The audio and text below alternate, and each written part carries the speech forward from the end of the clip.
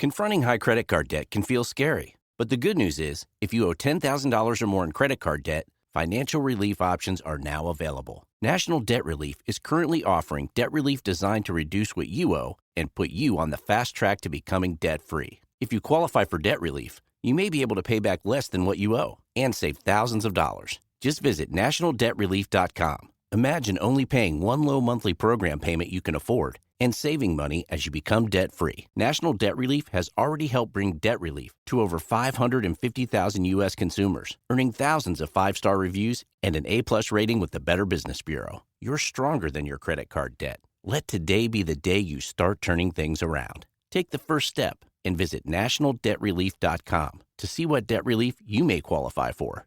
That's nationaldebtrelief.com. Tell me, are you and your companions truly the difference in this fight? This place will be your tomb!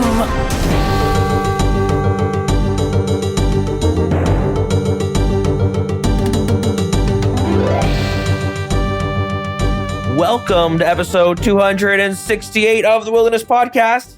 I'm Dilz, and joined with me as always, Trey. Dilz, we're back so soon. I know. What's going on? Wait for it.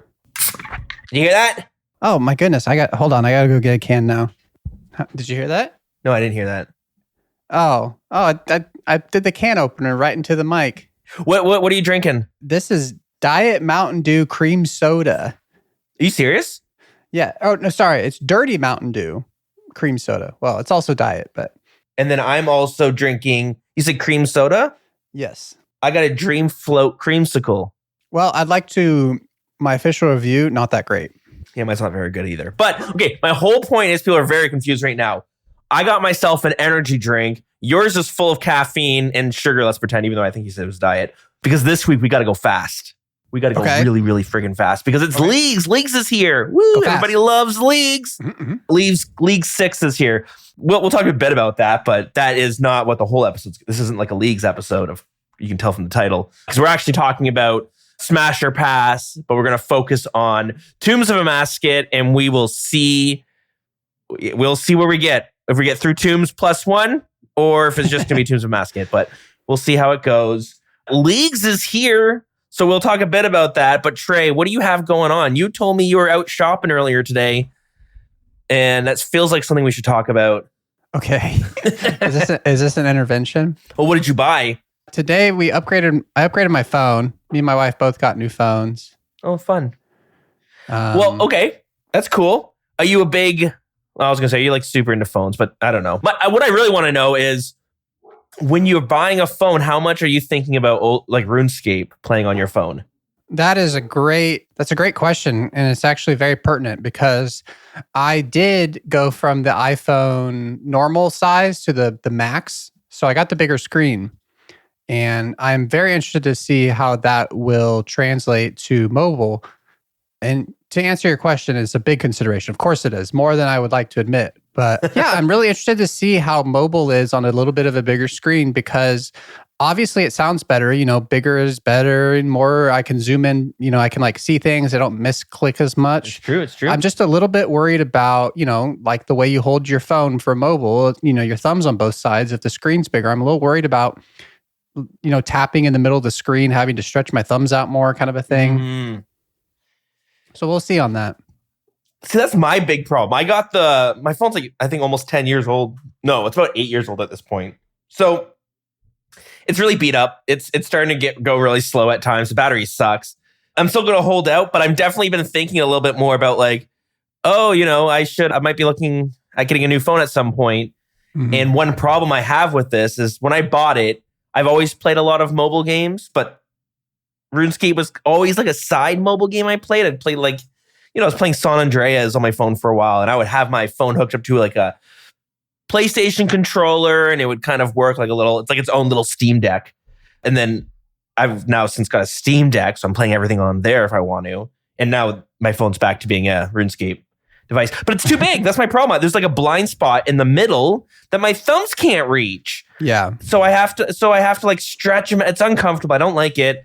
And of course, you're doing it a lot. You got to pick up stuff. Yeah, your character's in the middle of the screen. yeah, it sucks. So I've definitely been like, I've been a little bit more excited when I was thinking, because I hate upgrading my phone. It's sometimes some people do it every single year, and that's insane. So I've had this thing for a while, and I was like, oh, it's gonna last me for a lot longer. But then as I started thinking, my wife was like, you should just get a new phone, and I was like, I could get a little bit of a smaller phone, and it'll like that might be really nice for RuneScape. But anyways, I'm thinking about it. No, I'm interested to see how the bigger screen works for me. I was excited when I got my last phone, because I went back down in size of screen, because it's just like, why do I need this big of a screen?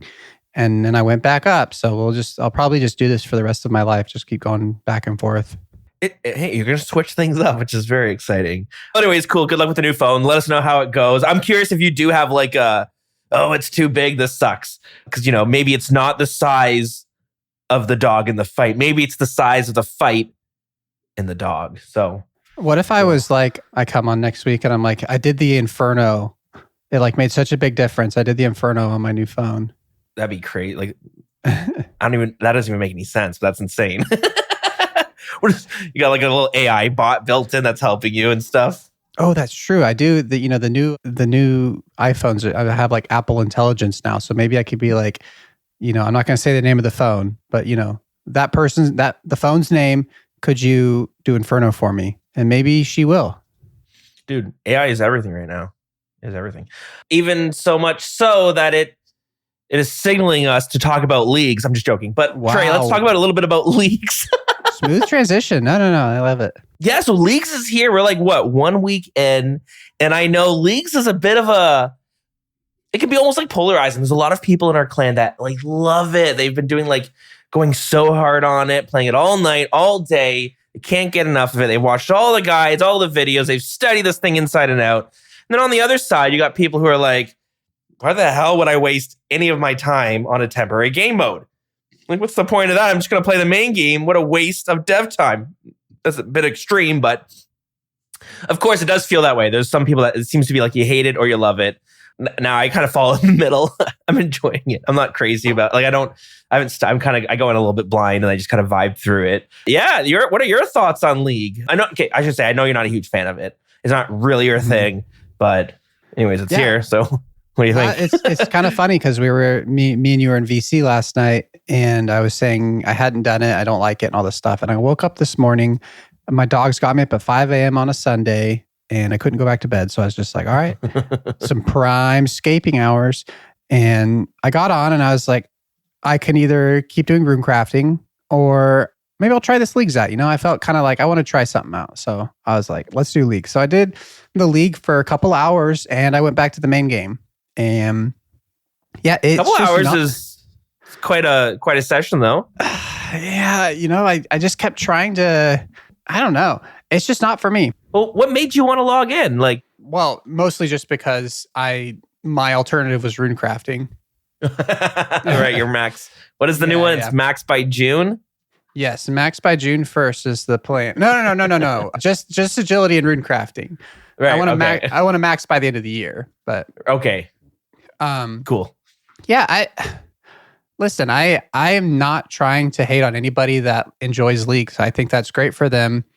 And I think it's great for the people who don't enjoy it. And I'm including myself in that, it's the most cliche thing in the world, I feel like. And it's the reason for most people. But yeah, it is a temporary game mode. It's going to go away. And, when I got on the league and I'm just like, and you're probably going to say I'm playing it wrong because I was like chopping trees and fishing and stuff. But really, what it was for me was this feeling, and it's the feeling you always get with a new account. And I'm not a big like new account person. I know you enjoy the early game a lot more than I do, but I really enjoy that feeling of building a foundation. Like whenever you have a new account, you're like, you get like all of your like I was saying last episode with like a checklist, like that early game checklist of just knocking little stuff out, like unlocking fairy rings and like all these quality of life upgrades and just getting your foundation of levels. I try to get like level 10, like base 10s, base 20s, just I hate being that person that has like 70 in one stat and one in the other. And so like with leagues, I was just doing that again. I was like getting level 10 and everything and building that foundation. But it just have this overwhelming feeling of, like in the, like, if it's like a house, like I'm building a basement and I'm putting all this work into this basement, but we're never going to build the rest of the house. Maybe that's a weird example, but it's just, the way I play RuneScape is very much with a long lens. I always think of it like I'm doing this grind because of the long term. And that's why I try to that's why I like skilling. That's why I enjoy a lot of the grinds I enjoy, because it just feels really good to know that grind has been completed and I have whatever thing I get out of it for the rest of the life of my account. Mm-hmm. And so makes sense. Yeah. It feels to me like when I get on leagues, when I try these temporary game modes, I spend the whole time building that foundation and it's for nothing. And I completely understand that, that building of the foundation goes a lot faster. I can get level 30 agility in like 5 minutes, and I get that. And that part of it doesn't do anything for me.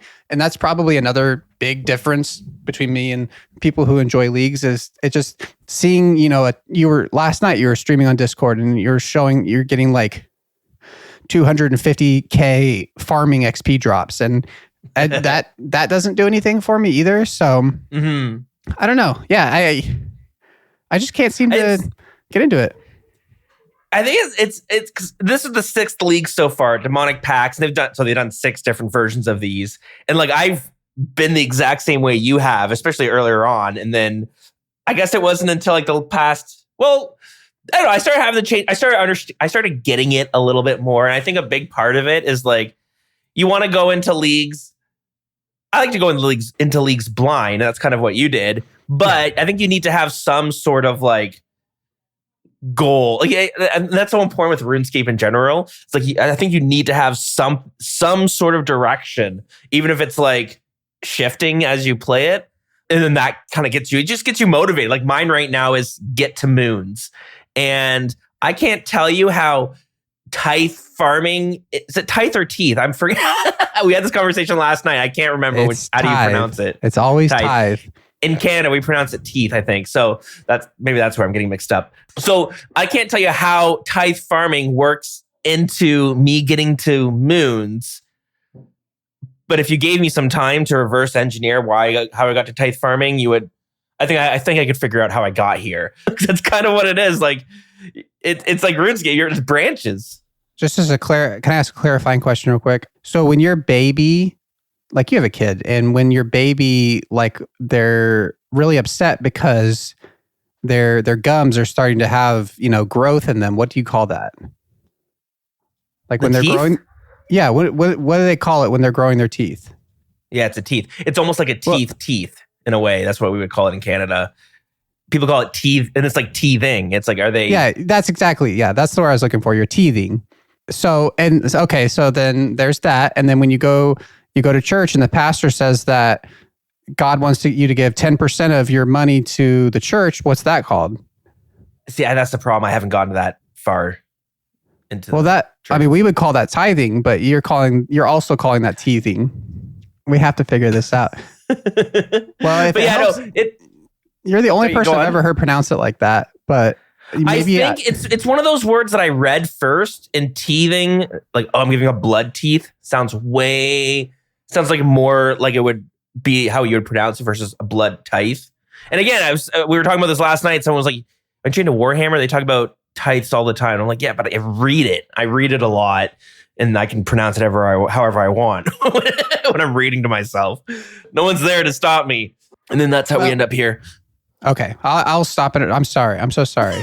No, but like, yeah, it's all like goal setting. So you didn't have yourself a goal. So then you're like going on, you're like, I'm doing all this random stuff. What's the point? And then I had this, like 2 leagues ago was the first league I actually progressed far, because so many leagues I would play them and I'd be like, I don't really know what I'm doing. I'm just doing these things for the sake of doing them, but I'll just go back on the main account and progress there. That's usually what kept happening. But I had a league where I was like, I'm going to get to rating. And I'm pretty sure I talked to them about this when it happened, but I got to raiding. I was so excited. I'm like, this is the farthest I ever got to. I've never got to raid in a leagues. Mm-hmm. Now that I did a raid, I did 1 chambers, I did 1 TOA, and then I was like, oh shit, I don't have a goal past this, and now I'm bored. So I didn't even get any rewards from raiding. That wasn't I never had I don't know, I just didn't set a goal. And then it was too hard. Like it wasn't natural to set a goal at that point because that was my end game. So once I beat it, I was like, well, I got to go back on the main game. And I remember, anyways, it's funny how it works out that way. And so the only thing I wanted to mention is that so much reminds me of this. Do you ever watch the show Alone? No, I've never heard of it.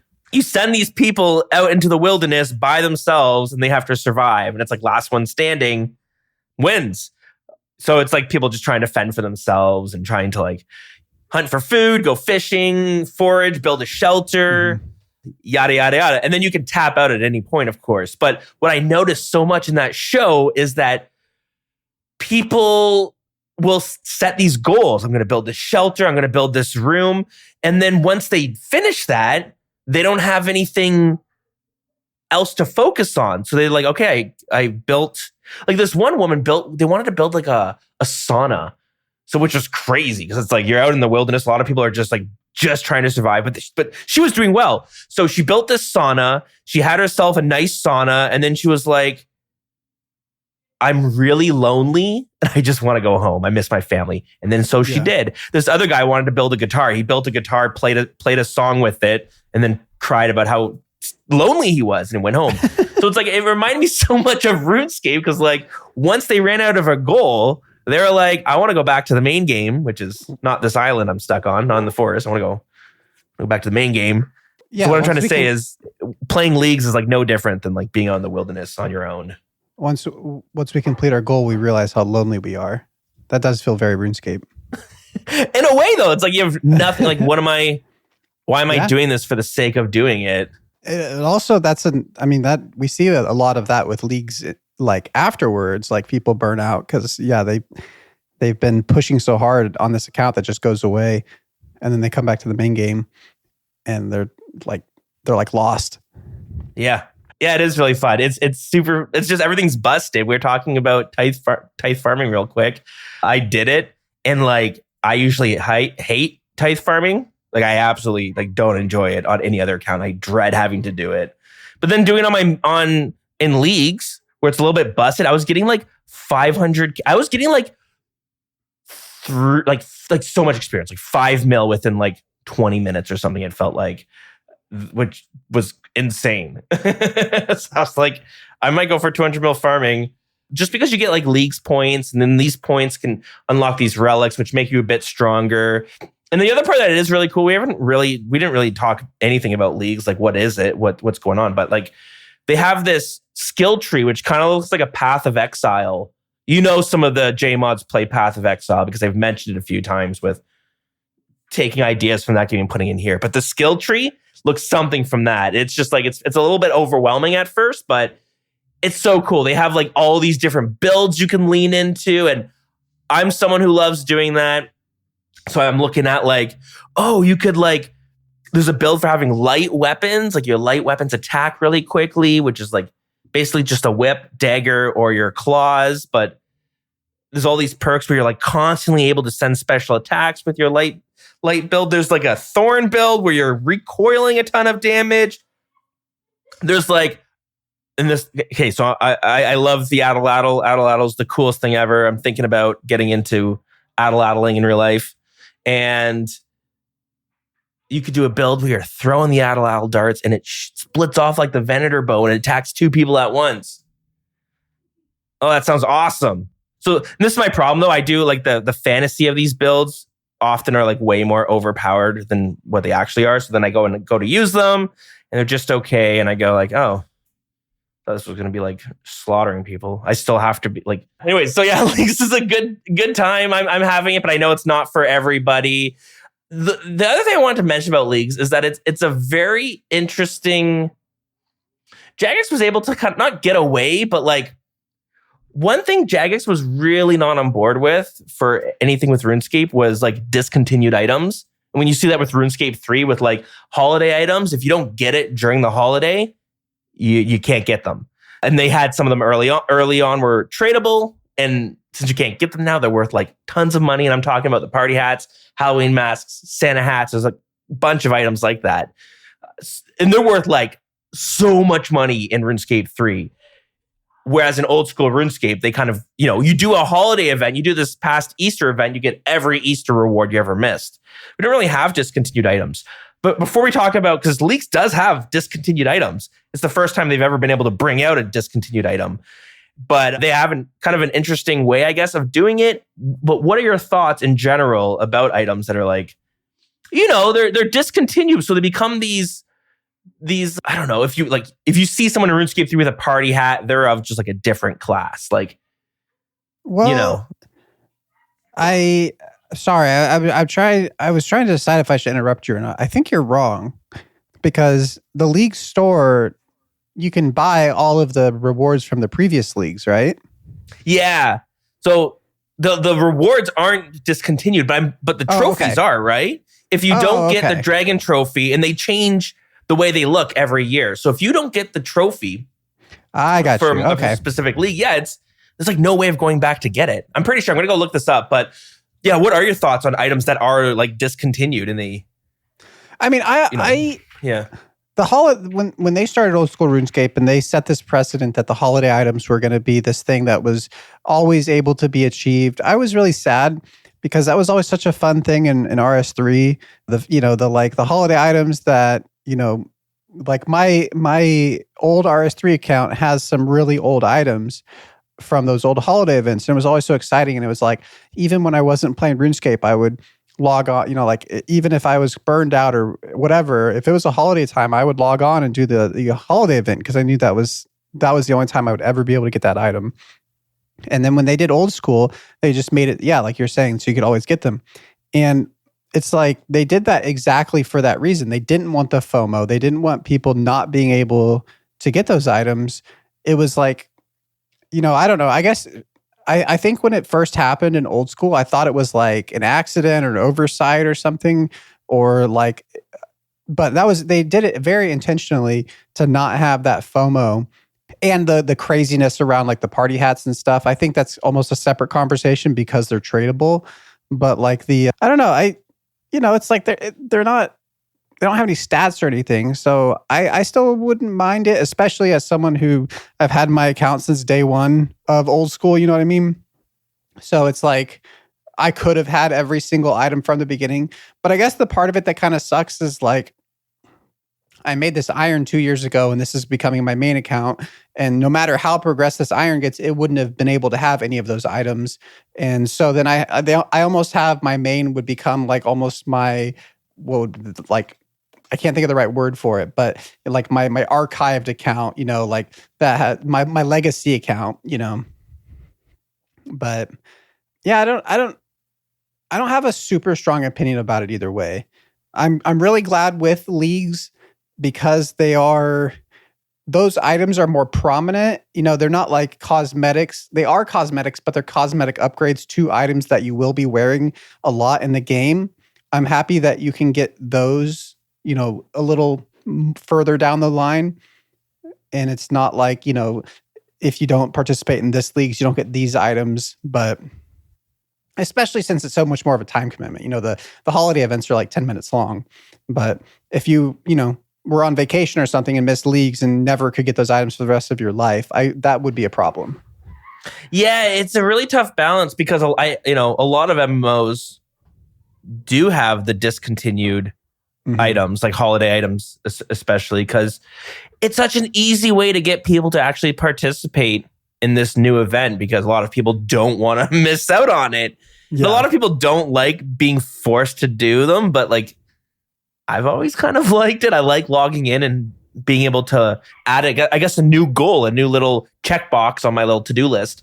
Unfortunately, it has to get prioritized because it's limited, but I don't know. It's just, it gives me something to focus on in that time that I can go back to my previous goals.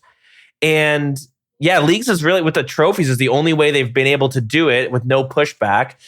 Anytime I think they've had the discussion before, is people were very not into the idea of discontinued, because I guess people hate the idea of missing out on the party hats from back in the day, but then never being able to get one because there's so much money. And as time went on, they only went, they became like an item of like the third age items today, or the third age pickaxe, where it's like, there's like a market for it. And it's like a whole different world. The high rollers are like setting the prices. Anyways. But yeah, the trophies, I was looking through the different trophies, and they all, and I guess the way they can get away with doing discontinued items with the trophies is they all basically look the same with very minor differences. It's mostly just like, it looks like the dragon trophy is a dragon holding a trophy, a really big one. And then the front has like a little bit of a design with RS carved into it. And then the design kind of relates to the theme of the leagues. The only one that looks pretty different, I think, and looks pretty badass, is the Trailblazers Reloaded and the Shattered Relics, because they've got like a flame that's coming out of it. The other ones don't have that. That's sweet. Anyways, I can't get those now. So Jagus, what the fuck? I mean, they're trophies. They're literally like, sake. I participated in this event and all I got was this stupid trophy. You know what I mean? Mm-hmm. It's like, if anything in the world, in this entire game, shouldn't be able to be gotten after the event, it's the thing you get for doing the event. I mean, yeah, if anything is going to be discontinued, it should be that. Yeah, so it's a good way that they I guess they did find a way to bring these discontinued items, and there's a lot of people. I don't know if they care about the trophy, but we have people in the clan that are like, I want to get the dragon rank, and that's how you get the trophy. And then they balanced it out by having, like you said, these cosmetic items that you can earn indefinitely from, you have to grind out leagues points from a league, but you could go buy the very first league rewards and that sort of stuff. So it is a good balance. They did figure it out, which is nice. I think discontinued items do have a place. You got to be very careful with it, because you don't want to, it would suck to like miss out on a really cool item just because you weren't playing or you made a new account. Any final thoughts on like discontinued items, leagues, cosmetics before we jump into TOA Smash or Pass? Anything else going on too? How's the battery life with your phone? Has it been pretty good?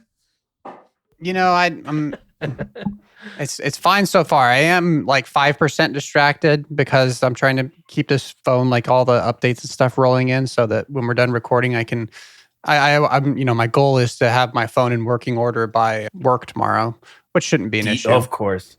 Nice, very nice. But no, let's talk about TOA. I'm super excited. I'm super positive. I have only good things to say. All right, so we're talking about Tombs of Amascut, the third raid to ever be released in the game. It came out, where's my notes here? August 24th, 2022. Yeah, it was really exciting raid on like release. It's the third raid. Any raid you release is going to be super exciting because we wait so long in between these. We're getting a new raid.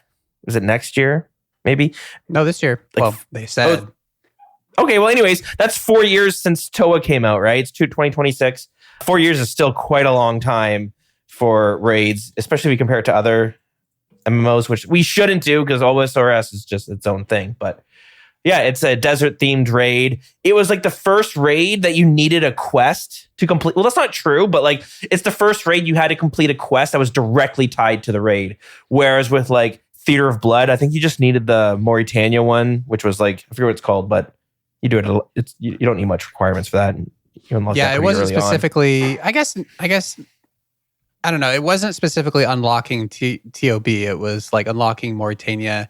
But I guess I mean, in a sense, the TOA one is the same way, but it felt more of like to unlock the raid. Yeah.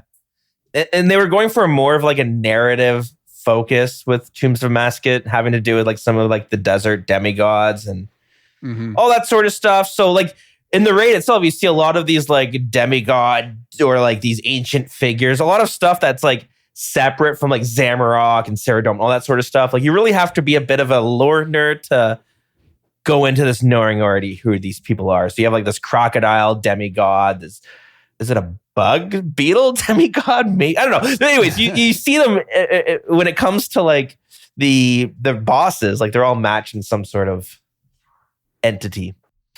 It's a cool raid though. It differs from the other two. It has this invocation system, which I'm a big fan of. You can keep all the invocations off and just go into the raid, and it's not that difficult. But the rewards are not going to be great.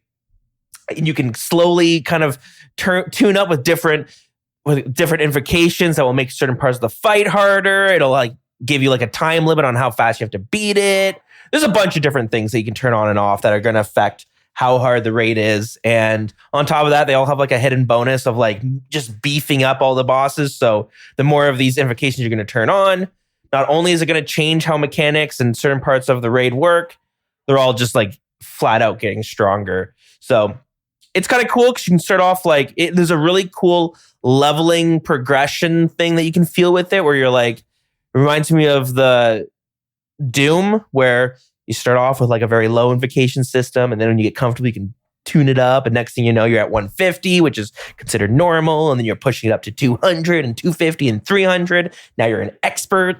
It's very satisfying when you're learning, I found. Anyway, let's talk about the actual raid itself before we circle back on that sort of stuff. One thing I did think was kind of interesting, it was as I was like kind of writing out notes for each of the bosses, I noticed they all had like a theme, or maybe I just gave them a theme in how it works with a team of players. So it's kind of cool. I don't know. Anyways, you can tell me if you think there's something there that if they went into it planning it. I mean, they must have.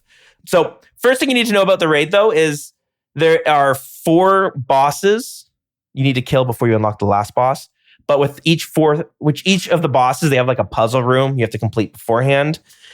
They went with like a bit of a choose your own adventure sort of thing where you walk into this main lobby and then you have the four doors that lead to the bosses. And you can kind of choose which ones you want. It turns out there's like 2 ways you should beat them. And it's basically, do you start with this crocodile boss or do you start with the monkey boss? Everyone has different opinions, but find the way you like to do it and you can run it. So what boss would you normally start with when you did this raid? Oh, I am a big monkey room first. Oh, person. Interesting. I am a Zebek first kind of person, which is the crocodile. Yeah, actually, let's start. I was going to say we can start with the monkey one since you start with that one, but let's start with Zebek because I think the monkey. I think it's just easier to explain it this way. So the Zebek boss, the crocodile boss, I noticed it's very movement oriented. It's all about your team moving around, kind of as individuals, but your team. So whatever.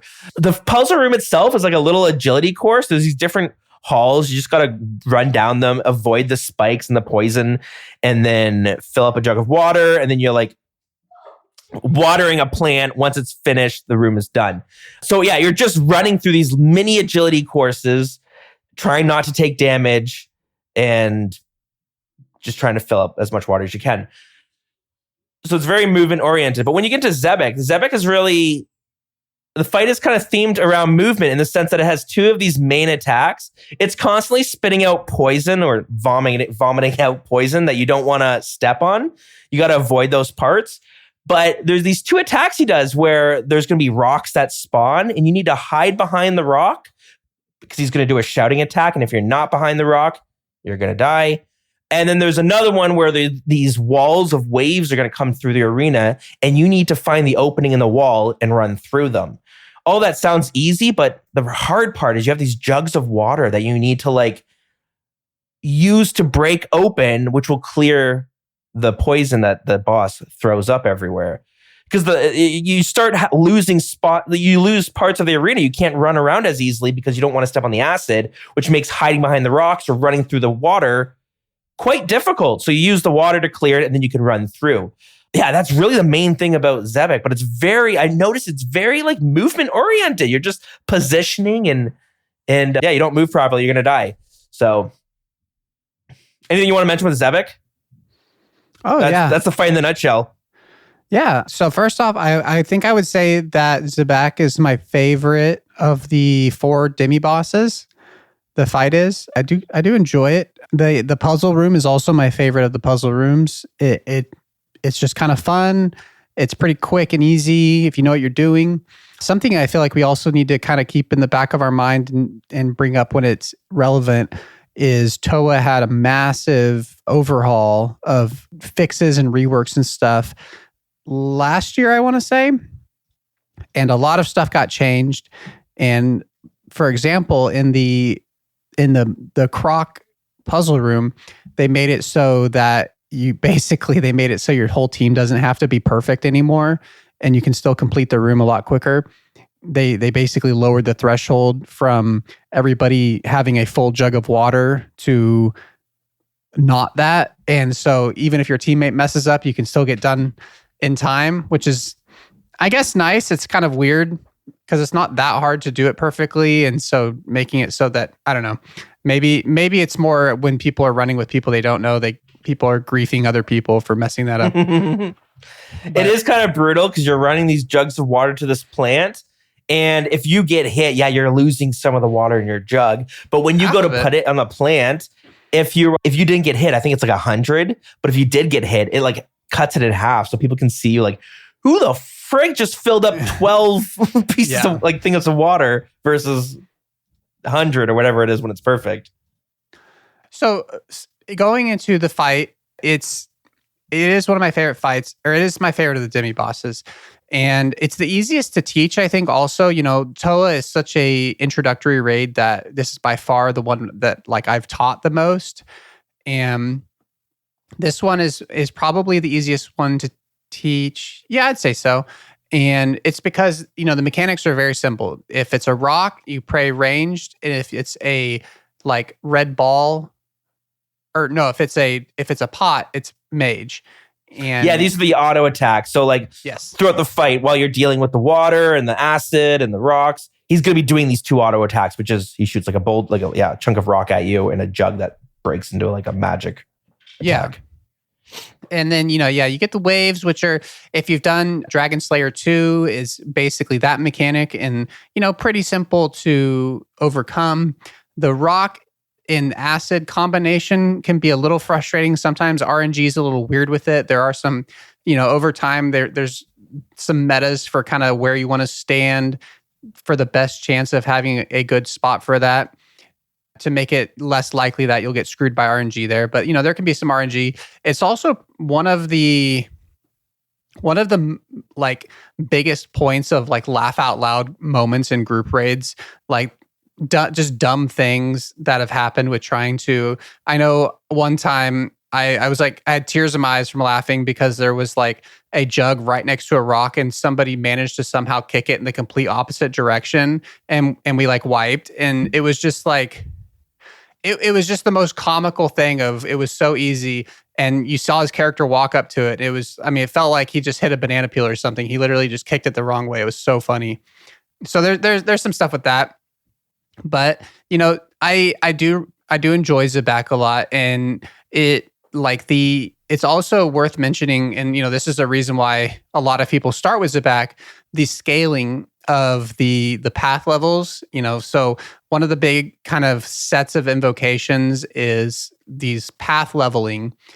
And, you can have bosses can level up from 1 to 4, and they will, they'll get stronger and hit harder, but also some of them, their mechanics will become a little more difficult. So for Zabak, the attacks will start to come faster at levels 2 and 4, and the waves will have a smaller gap in them.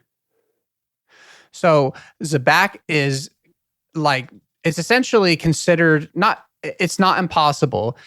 It's very difficult, not impossible, but it's considered something you never ever want to do, is to do a level 4 Zabak, because the attacks come so fast that it's, we'll just say next to impossible to do unless you're extremely good at the game. So that's just something that's interesting about Zabak. It's one of those fights that I feel like, because the tick system can sometimes feel like a binary where, if something is 4 ticks, it's bad. And if it's 3 ticks, it's good. As far as weapons goes, just changing it by 1 tick can completely, change the whole face of an item. And it's the same with Zabak's attacks. If they get to the point where they're like 2 ticks or 1 tick or something, I can't remember exactly the timing of it, but it basically goes from a pretty easy fight to a very, very, very difficult fight because of He's that like machine gunning it at you. Yeah. And you're like, hold, give me a second. It's like, it could be a lot. But yeah, as someone who never does that high level of Zabak, I do enjoy the fight.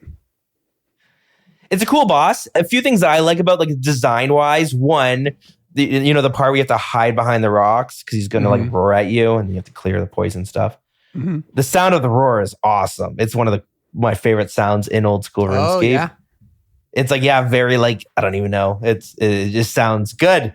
The other thing that's pretty cool is like Zebek is like one of the biggest bosses in the entire game. So the weird thing about like the way old school RuneScape is, I'm pretty sure characters they have to be like square. They have to be the squared size. You can't make like rectangle monsters. So everything is like, we're 1 by 1, and some bosses are like hill giants. I was killing them the other night. They're 2 by 2, and then 3 by 3 for some monsters. And so Zebek is so big, but he's long. He's like a rectangle. So the way they've had to design him is he's a bunch of separate bosses put together. Oh, wow. So you got like the Zebek tail is like its own thing, the Zebek body. So it's like they have to do it that way, which is kind of fun. I never knew that. But yeah, it looks really cool. And so he's kind of like Olm, like he's peering out of the water. He's stationary and at the side. So he's not moving around and stuff. That's how they can do like the multiple parts of it. Yeah, it's pretty cool. So I like to start with it first because as you mentioned, it can be very punishing with like some of the placements. If you get the jugs wrong or somebody makes a mistake, like your whole party's probably dying. And that sucks when you leave it for the end because Zebek is either the first boss you do or the last boss you do. And you switch it with Baba. The other two bosses, they stay where they are. And I've had it where it's the last boss and someone's like, yeah, you always do Zebek at the end because it's simple. And I'm like, all right. And then we wipe. It's like, oh, okay, this is why. Told you so. Send one of those. But yeah, Zebek's pretty cool. Any final thoughts before we move on to boss number 2? Yeah, we should probably for each of these mention the boss specific invocations. So for Zabak, it's kind of, Zabak is interesting because it feels like there's 2 invocations. There's actually, I want to say 5, but essentially there's this mechanic of a blood splat spawning, similar to the maiden fight in Theater of Blood. But it basically goes around, and if it touches you, it leeches some health from you and gives it to the boss. And there's, is it 3 or 4 different invocations that kind of buff that? Well, I guess it's kind of, there's one that has Zabak doing blood spells and one that has the blood spawns. And I don't know, they feel like they're tied in together. But long story short, all of those are pretty much always turned on because they're very easy to mitigate. So it's kind of I'm not going to say it's a nothing invocation, but it's the type of invocation that it's just always on. Even if you're doing a 150, that's going to be one of the first things you turn on. The other invocation, however, is an infamous one, Upset Stomach, which has, it just increases the amount of the acid spawns. And that Upset Stomach, and it also, almost more importantly, reduces the effect that the jugs of water will clear the acid. An Upset Stomach is like, it's a group killer. It's a raid wiper. And it sounds like it's easily mitigated, but it creates so many situations that cause your group to wipe. And I would probably rather run like Insanity than Upset Stomach in some cases. And obviously we'll get to Insanity later. It's a doozy. But I hate Upset Stomach. One thing I should cut in and say is a pet peeve of mine. People will call so many of these different invocations free. Oh wow! Here we're doing this again. They are not free. I know. I know.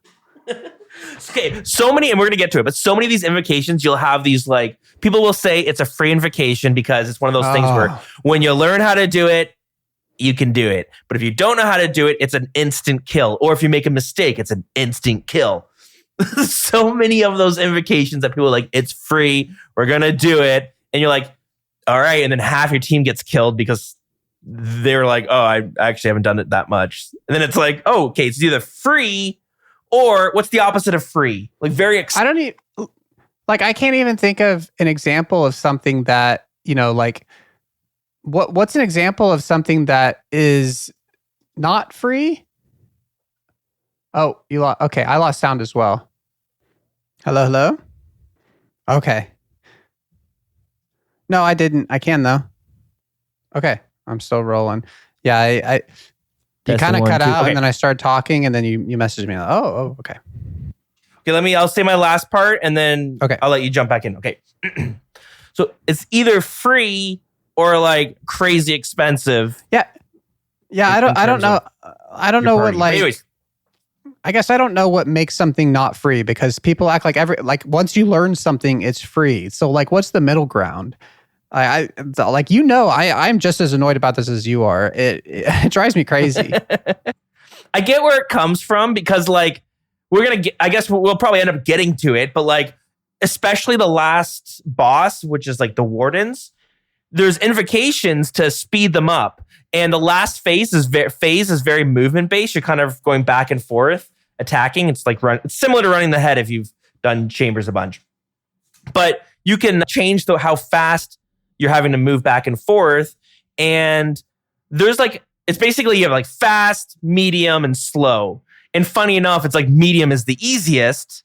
Fast is pretty fast and it can be intense, especially if you're not used to it. Slow is way too slow. And you just take so much extra damage for a few different reasons. So medium is like the way to go. But medium, you have to turn on some invocations. So it's like, in a way that's like free because you're getting these free invocations and it can make it feel like the raid's easier than it would have been if it was slow. So I think that's where it's coming from, but they apply to a lot of things. That's like, you have to be moving really, really fast.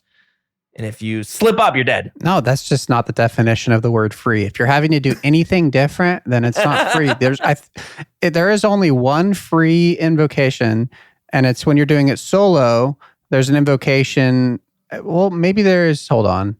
Okay, I'm not going to say one because I'll get fact checked again. You guys are on me for when I say things that are wrong. So, but there's only a handful of things that meet my definition of free, which is that it literally doesn't make any difference.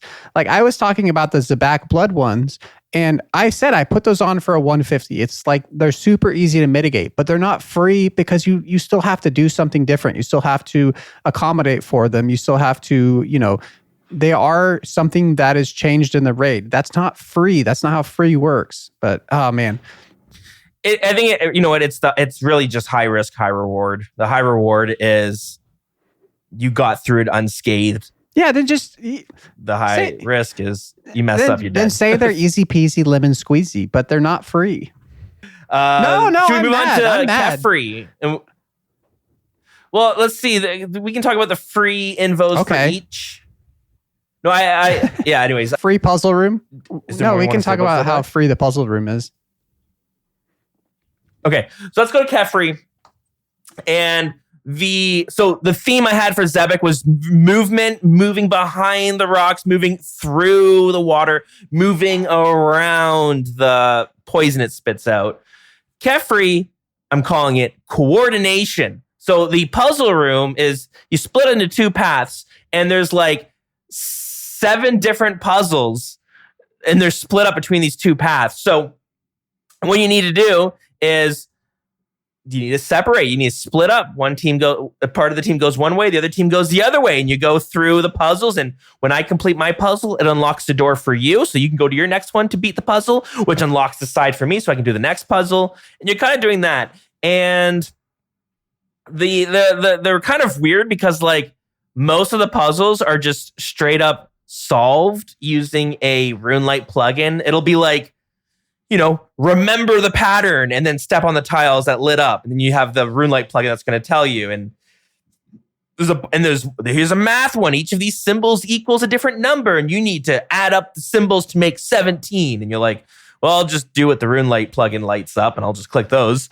So it pretty much does that, which means if you're on mobile, you're not doing the puzzle. You're sitting out while someone else does them.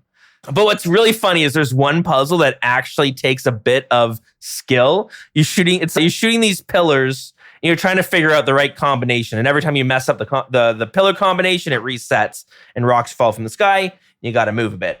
That one takes a bit of skill because you need to be able to click on the pillars and remember what the order is. RuneLight tells you what the order is, but like you've got to find the order first, and then RuneLight remembers for you. The reason I'm singling that one out is it's really funny. If you do a lot of free-for-alls, you want to. This is what you're supposed to do when you're in a group raid. You see what hallway, what path has the pillars puzzle, and you race to go to the other side so you don't have to do it. Make someone else do it. That's what happens. You're in a raid with 8 people. 7 people will be on one side of the path, and whoever's last, you're forced to do the friggin' pillar puzzle. Yeah. Should we talk about the puzzles? Or should we just move straight into the Kefri boss itself? Listen, I want to. If you've never done TOA before, let me kind of help you understand how it feels to do TOA, because it's kind of what I'm going through right now with recording this podcast. You go in, you're optimistic, you're ready to have a good time. Then something happens, which in this case is bringing up that word free, that just pisses you off. And then you're like, all right, I'm fine now. And then you look around, I'm still in TOA and I still have an hour left to go. And then you're just mad. And this is the TOA experience. And now I'm just pissed off about this free thing. And now I'm still in TOA and I'm mad about these puzzles now. I'm sorry. Do we have the calming music? The puzzles were fun. On day one, when the RuneLight didn't figure it, didn't already tell you how to do it. They were fun, yeah. But at the same time, the RuneLight solver is a necessity because it's fun the first time, and then the second time you're like, okay. It's so weird the way that like shut my brain off. The difficulty of the puzzles is so like out of balance, and I think that I think that it gets like kind of covered up because of the RuneLight plugins. But there's one of them that you have to like do math for. And then there's one that's just like a Simon Says, and one where you have to like make all the lights turn on. And like without the plugins, those are very like different in like the sense of difficulty. Math one especially, because it doesn't tell you what the symbols equal. You have to go to the very front of the room. So it's not even where the puzzle is. You need to double back. And so I talk to people on mobile who have to do this. They take a screenshot just so they can reference it when they're doing the puzzle. And I'm like, it's one of those things where it's like, Jagex. Yeah, it's a classic RuneScape thing that it's just not good, but it goes fast enough that people don't complain about it. Yeah, it's like on paper, it's not bad. It's kind of cool. I love splitting the party up, and you're having to coordinate together, and you have to communicate it a bit. And at the very end, you come together and you have to solve a puzzle together, where it's a match. You flip a card, they flip a card, you get the same pattern, boom, you match. You get trying to match the whole row. That probably could have been the whole puzzle room. So it's like, like just that end part, because that end part is that part, the ending of that is pretty fun every time. And, another spot where you can have some funny moments of just miscommunications and stuff. I do love watching everyone run to the side with that doesn't have the pillar pillar puzzle. That's like my favorite thing when it's like so aggressively running, trying to leave the last person behind. That's the best. But the theme of this coordination that I've placed on this boss, it follows through to Kefri, which is the boss there, which is this dung beetle, this shit beetle. It's this beetle that's on a thing of poop. And basically the theme of this fight is it's a shit beetle, and it does these shit attacks, and it shoots these shit walls at you, and the shit walls start basically closing off the arena, because the shit walls are permanent. So they shoot it at you. You have to move, or you can get hit by it, whatever. But there's just going to be a wall of shit that closes it off. So you need to be coordinating with your team, because if you're just letting the shit walls go wherever you want, you're going to lose so much of the arena. And this fight does have a lot of like kind of running around, dodging these shit balls it's thrown at you. So you can easily close off most of the arena if you're not coordinating well enough with your team, and these shit walls are just going everywhere. So yeah, that's basically the fight right there. But I love, so I'll just say Kefri's my favorite fight of the whole raid, because the shit walls make such funny moments in raiding where like, let's say you're in a team of 8 and like one person gets cut off from the rest of the group, and it's like it just creates these really funny moments where you can't even help that person anymore. They're just like on their own. And if there's any ads that pop up that are going to attack them, like you can help out a little bit, but you just kind of like, good luck. Yeah, and there's just like a few ways you can really kind of screw each other over, which sounds like really toxic and stuff, but like I find it just chaotic, and it's just a good time because as long as you're getting the kill down, it's still fine. I have this one great memory of doing this Toa raid way back, and there was so much shit walls and poop everywhere that like the arena was almost gone, and it was just me left, and I couldn't even melee the boss anymore. That's how much poop there was. And I was stuck on this like one little like tile, and I just barely was able to kill the boss. And I got a screenshot afterwards, and it looks hilarious. But yeah, it's just one of those fights that things get really chaotic, and it can lead to like really funny moments. It can lead to some really funny moments. What do you think of the old shit beetle? Kefri is definitely my second favorite of the demi bosses. And spoiler alert, it drops off a cliff after that. But one of the biggest criticisms of TOA is instead of something, in comparison to Theater of Blood, where that coordination, like you're talking about, is so pivotal for so many of the fights. A lot of TOA feels like a bunch of people doing a solo raid together. And Kefri is probably the closest it feels the entire time to that kind of group dynamic of like the coordination, like you're saying. And it's one of the only places in TOA where you can screw over somebody else intentionally or unintentionally and like really change the course of the fight just by making a simple mistake. But unlike Tob, it doesn't have like as nearly as much of this like this spiraling effect. And it doesn't, like you're saying, you can usually still get the kill, which is also a through line of TOA. And for better or for worse, I guess generally for better.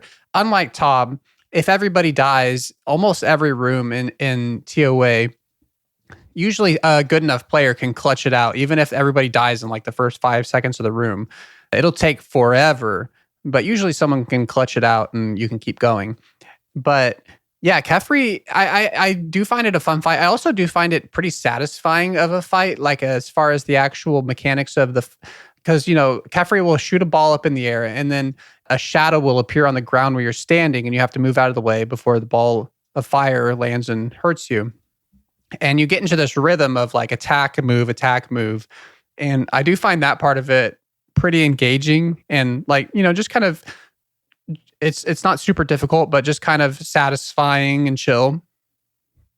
And that, having it be, relatively chill with these, like having to still pay attention to, like the dung walls and the different mechanics and stuff, I think leads to a pretty fun fight. I would say the biggest con of the fight that I really don't enjoy is the between phases when all of these basically these swarms of flies come in and start healing the boss and you have to switch. And for an Iron Man, it's always like, I know I'm supposed to switch to my blowpipe because that's the most efficient, but do I really want to use Zulrah scales just to kill these stupid swarms?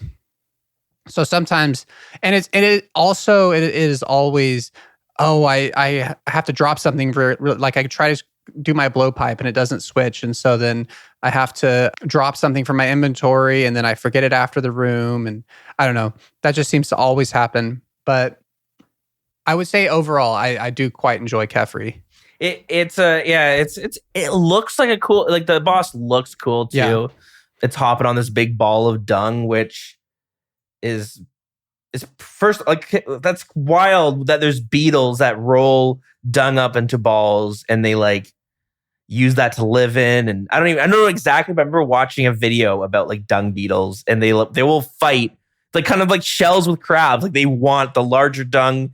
They're very like protective of it, which is pretty neat. But the other part that you didn't mention, so I do call this boss like a coordination boss when I was making my notes for it. Mostly because I was thinking of the poop walls, but I did forget that the in-between phases, there is a coordination aspect because there's these big beetles that spawn and they'll do mage, range, or melee damage. Those need to be killed because they hurt. And then there's these, swarms that you mentioned that will heal Kefri, and then you want, if you can do it, you want some people killing the big boys, some people killing the small guys. So I like how you do have a bit of team coordination, which is pretty cool. One thing that I'll note is I do a lot of, I've done a bunch of solos. I've done a bunch of small teams with like small to large teams with the clan, with people I know. And then I've also done free-for-alls with randoms that I don't know. I'm a big fan of free-for-all TOAs. So I've done a bunch of those as well. And I love how much some of these techniques shift depending on what you're doing. And it becomes almost like you don't talk about it, but you just notice that people, there's like just different methods. So what I mean is in a team, if I'm doing a raid with people from the clan or people that I know in general, you will try to trap in the in-between phases when the big beetles spawn, the melee guys and stuff, you try to trap them so that they can, the melee guy especially, so it can't attack you and it gets stuck. You trap them with the poop walls.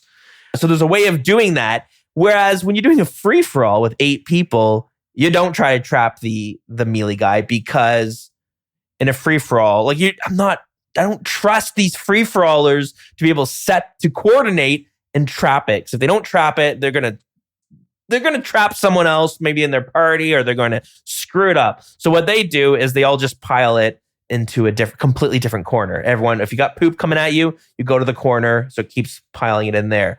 And those two techniques are like so polar opposites that it's funny when you're in a raid and someone's like doing the free-for-all technique and everyone's like, what are you doing? We're supposed to be trapping the melee guy. And it's just, I don't know. It's just interesting that like, the two sides of it. Because the thing is about RuneScape, we hate talking to each other. Nobody communicates at all when it comes to old school RuneScape. So no one's saying what we should be doing. They're just hoping that you know what to do.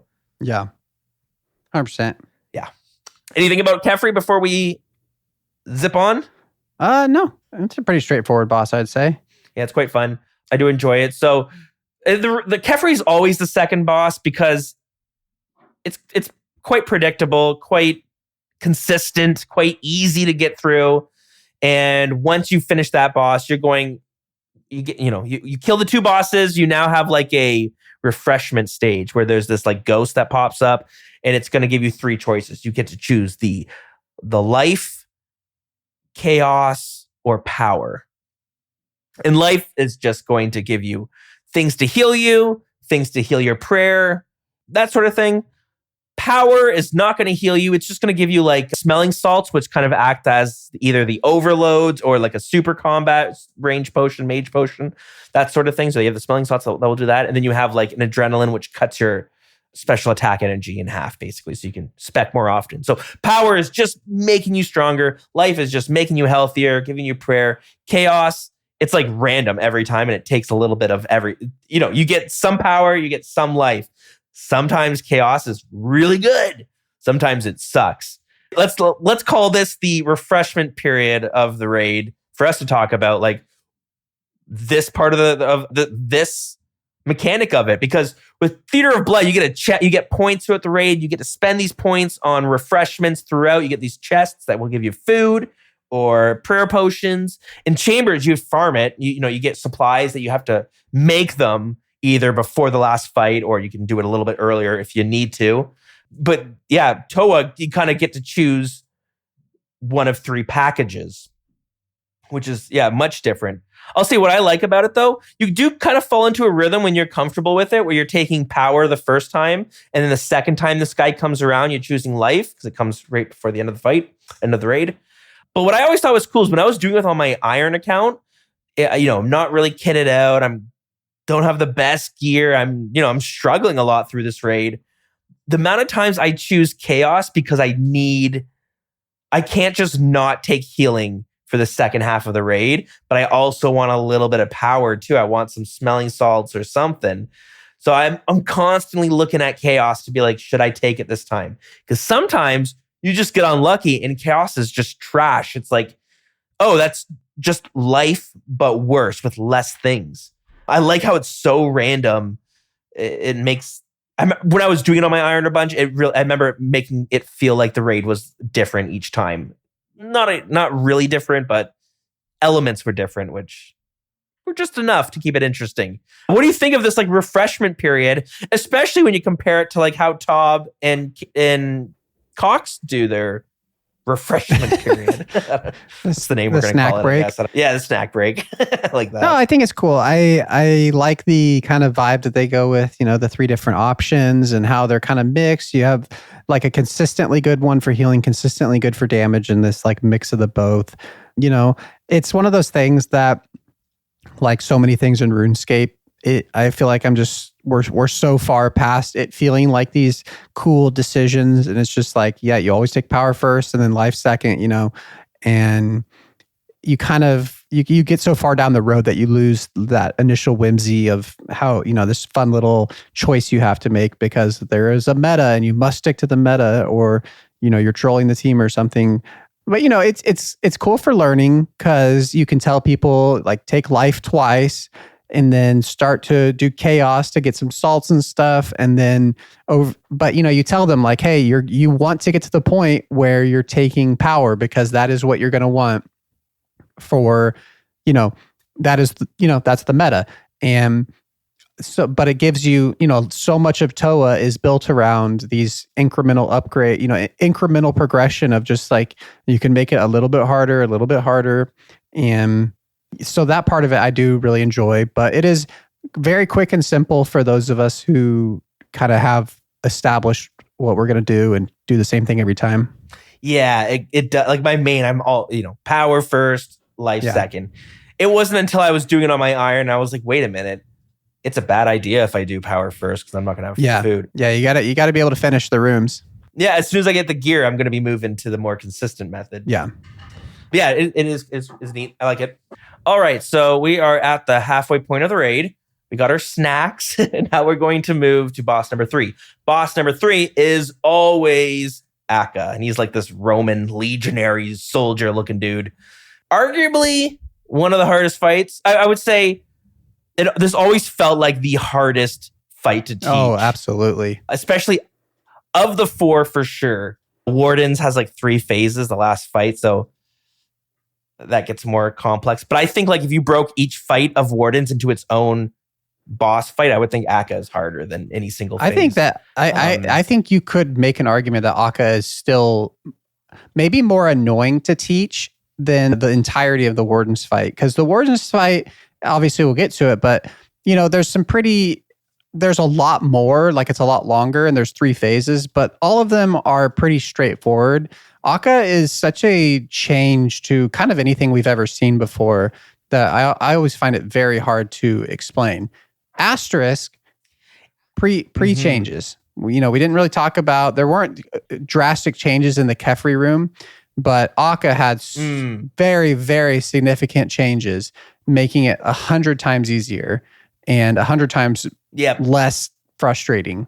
So I think now it is a lot easier to teach, but it's just like a conceptual thing. Like you got to wrap your head around this. Well, you're about to explain how the boss works. Yeah, it's quite complex. Like I was trying to think of like, as I've listed off, movement for Zebek, coordination for Kefri. Akka, I got kind of stumped on. Actually, at first I had it as communication, like a team communication thing. But then I was like, you know what? I think that kind of belongs more with Baba, so we'll explain that after. Spoiler alert, Baba is like communication. But Akka felt like a real test of your team as a whole, like the team synergy.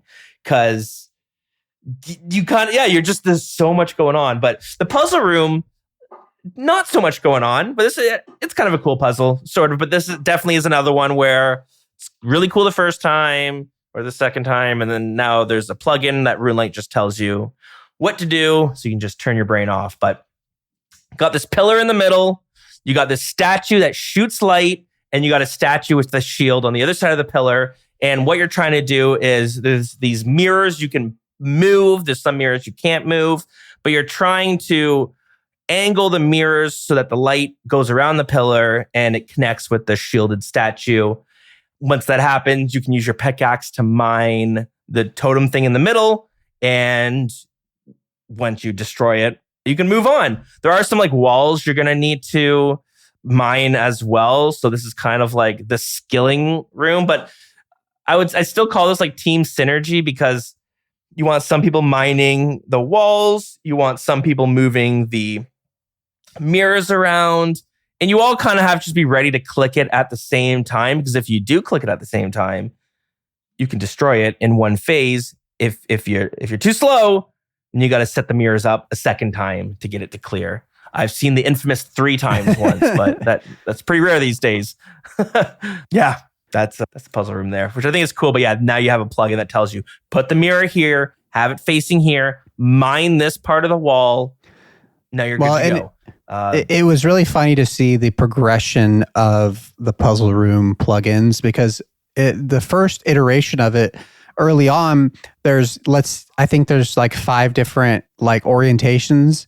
And so it was this tile markers, and there would be there was 1s and 2s and 3s and 4s and 5 tiles on the ground. And so it'd be like, okay, it's the number 1 orientation. So we have to put a mirror on all the number 1 tiles. And then there was a plugin that would adjust with it. So you don't have to do tile markers, and it would just tell you where to put the mirrors. And that was good. That was that way for like a year or so. And then in the past year, they've added on to where it like shows you which direction to point them, and it glows green, and it's just like the depths to which RuneScape players do not want to have to think about puzzles is hilarious. Mm-hmm. Which the first time you're like, this is great, but yeah, we're often doing these. Yeah, like hundreds. Like grinding these out hundreds of times. Yeah. Gets old after a while. You just want to like get to the boss. So a conversation that could go on for 5 hours, but I'll just ask you very briefly. A lot of people complain about this room because it is skilling in a raid, and people really hate the idea of having skill requirements for a raid. Where do you land on that? I kind of like it. I do like that there's skill requirements for things. Like I am a huge fan that Chambers, you're doing so much skilling, especially with like the prep room and stuff. But when Chambers was first pitched back in like 2015 or 2014 or something, they mentioned that there'd be like skilling part of it. And I really thought that like you'd go into the raid, you'd be like, okay, Dilz, you're on mage DPS. Other dude, you're on something. Trey, we need you on skilling, buddy. You got to bring a dragon axe. You got to bring a dragon pickaxe. You're going to have to be. That would be my role. Cutting down the trees so that you can free up this space so we can cut. Like, I thought there would be like in the boss fights, you'd need someone who was the skiller. That wasn't quite the case. But anyways, I have always enjoyed it when skilling is brought into the raid. I hope that like. Not that the fractured what's it called? Archive? Not the fractured butthole. No. What is it? Isn't it the fractured archive? Yeah. I wouldn't be surprised if there's no skilling thing in it, but I do hope that like we see a raid down the road that has more skilling. Maybe not as much as Chambers, maybe more, but I would love to see one that has more skilling than all the other raids too. Like you just kind of. I don't know. Like I like how this game is so intertwined. So I do like when you get to do I get to see some things that have. I mean, I will agree with you, and I'll double down. I love skilling in raids, and I think there should be skilling in raids. You know, I can't remember if I've talked about it on like when we did Chambers or Theater of Blood, because those were like 3 or 4 years ago that we recorded those. I'm just kidding. But I see PvM as one pillar, and I see skilling as another pillar. And I really think that raids should be the marriage of those two things. And most people just want raids to be more PvM. But no, I not only do I like the skilling in raids, I think skilling is an integral part of raids. And, maybe this is a dumb thing to say, but I think the reason that people don't like it is because it hasn't been done well. I think there's instances of it. Like I know when we talked about Chambers, I really like the Guardians. It's a skilling thing, but it has this fun little loop to it of getting in rhythm with your teammates. And in TOA, I really like the croc puzzle. Like it's like an agility little mini game. And yeah, I think that, it's a raid implies, like when I hear a raid, I think of like Indiana Jones or something. You're like going down into the dungeon, and what does Indiana Jones do? He's like, having to jump over things and like, maybe this isn't very Indiana Jones, but maybe like craft your own supplies or stuff. And I really like that about Chambers. I do think that the way it's implemented in Chambers can have the effect of grinding the raid to like having the raid come to a grinding stop, especially like the prep side of it. And I think TOA, like it's more puzzly than skilling, and that is more of that kind of Indiana Jones thing that they're going for, of like, the stone puzzles and the pyramid kind of a thing, Tomb Raider or the Mummy and stuff. But I don't know, and even the mining room doesn't feel like skilling. I think it incorporates it in a really, like, I think it does a really good job at bringing in mining. It feels like, it's quite natural and stuff. And like, this might be a hot, this shouldn't be a hot, what is it? What's hot take? My brain's not working today. A hot take. I was like, hot opinion doesn't sound right. This might be a hot take. I don't think it should be though, but like, I'd be down for like a raid that was like kind of skilling based. Don't get me started. Maybe, oh man, I like, fully believe in a skilling raid. Don't get me started. Or even like that thing that I was saying with Chambers. Like, what if there was like, you're going into a raid and you're like, we need someone who's going to be the skiller for the raid. Like, you look at someone, you're like, your combat stats aren't good, but dude, you got a really high mining level, you got a really high fletching level, and we need that for some of the fights in this raid because, you need someone who's like, I used to play StarCraft, like the very first one, a lot, and they had this like game mode you would play online, which was called, I think it was called like Builders and Fighters or something. But you would be put into pairs, and one person's job was the builder and one person's job was the fighter. And the builder's job was to just like, you're making units, you're prepping all these different things, and then you'd send the units to the fighter and the fighter would control them to fight. So I love the idea where like you're all, and we're here, like you have a role, and this, even if the skiller isn't like fighting, I love it. Like if they could support somehow, maybe they were maybe there's ways to like bring down, you're doing additional damage because you're able to use some hunting techniques to capture the boss, and now it's like vulnerable for extra melee damage, and then the fighters get in there. Anyways, I think there's room for it. So yeah, super into skilling in the raid, and it sounds like you are too. If you've got, yeah. I am. I just, people like, the reason we're talking about this now is because there's so many times when you get to this room and people are like, I shouldn't have to train my mining to do a raid. And I'm always just like, why? Where did you get the notion that you don't have to play the game to play the game? I just don't understand that. Like, I get that people don't like skilling, and I get that people play the game the way they want to play the game, and I'm for all of that. But that doesn't mean that the game doesn't expect you to play the game to be able to play the game. It really annoys me. I think you should, I don't get mad about, if there's a skilling method that I have to run past like these high level monsters, I'm not like, well, that's stupid because I shouldn't have to engage in PvM to do this skilling. Like, it's part of the game. It's part of the world. And I think that, the thing that's really frustrating, and then you kind of said it as well, is they are taking that feedback and everybody's just like, we want more Tob, we want boss rush, we want, and that, I feel like this next raid is going to be that. It's just going to be boss. And I like that, but I like the other thing too. And I think the boss thing feels like a cool PvM encounter, but the ones where skilling is involved feels like a raid. Yeah. It's like, I see what you mean. I think that's what like the raid strength is that like so far with the 3 raids we've had, they're so vastly different. You can almost like, they're so different from each other in so many different ways, to the point it's confusing. You're like, how do I even get a party for this raid? Because Chambers works one way, Tob works one way, and guess what? Toa is going to work a little bit different. Well, and I think that the cool side of that is I feel like from my, like, when I'm wanting to do a raid, I feel like the 3 raids can meet me in 3 completely different moods. Like if you're like really, feeling rowdy with the boys, you go to Tob, or if you're wanting to just chill out, it's been a long day, you go to Chambers. And if you like hate your life and want to be more miserable, you go to TOA. No. I'm joking. But for me, TOA, and this is kind of a much more general thing about TOA, I've always felt like it's the solo raid, and that's where I go if I am like wanting to raid, but I don't want to be social or something. Yeah. Like I prefer to solo it, and mostly because it is the only raid that you like. It's designed with like being soloable, so that's like Chambers. You can feels janky. Tob, you can, but you're going to be a streamer and everyone's going to be watching you being like, he's going to do it. He's going to do it. It's pretty neat. So yeah, anyways, let's dive into Aka. So this is, very much like the team synergy. You got your roles. How are you guys going to work together as a team? Are you guys going to make it or break it? It's all you're going to learn here.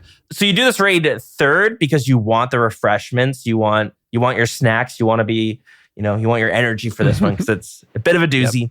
And it's going to be like kind of confusing to explain. So I'm just going to do like a really basic version of it. There's a sundial. That's the arena. It's a sundial. It's a circle. It's split into 4 quadrants.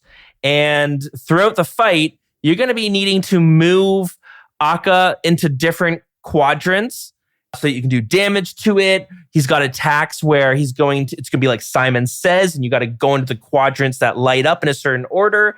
That's one of the free ones people talk about because it can get really fast. And if it's really fast, you're fine. You can do it no problem. Unless you can't do it no problem, then you're instantly dead. So that's one of those free ones that you're going to hear it. People are going to call it free. Other people are going to be like, no, I'm going to die if I do it. Mad for sure. Again. And or they say like, I've never done it before, but I'm sure I'll be fine. And you're just like, okay, so he's going to die. Yeah. He's dead.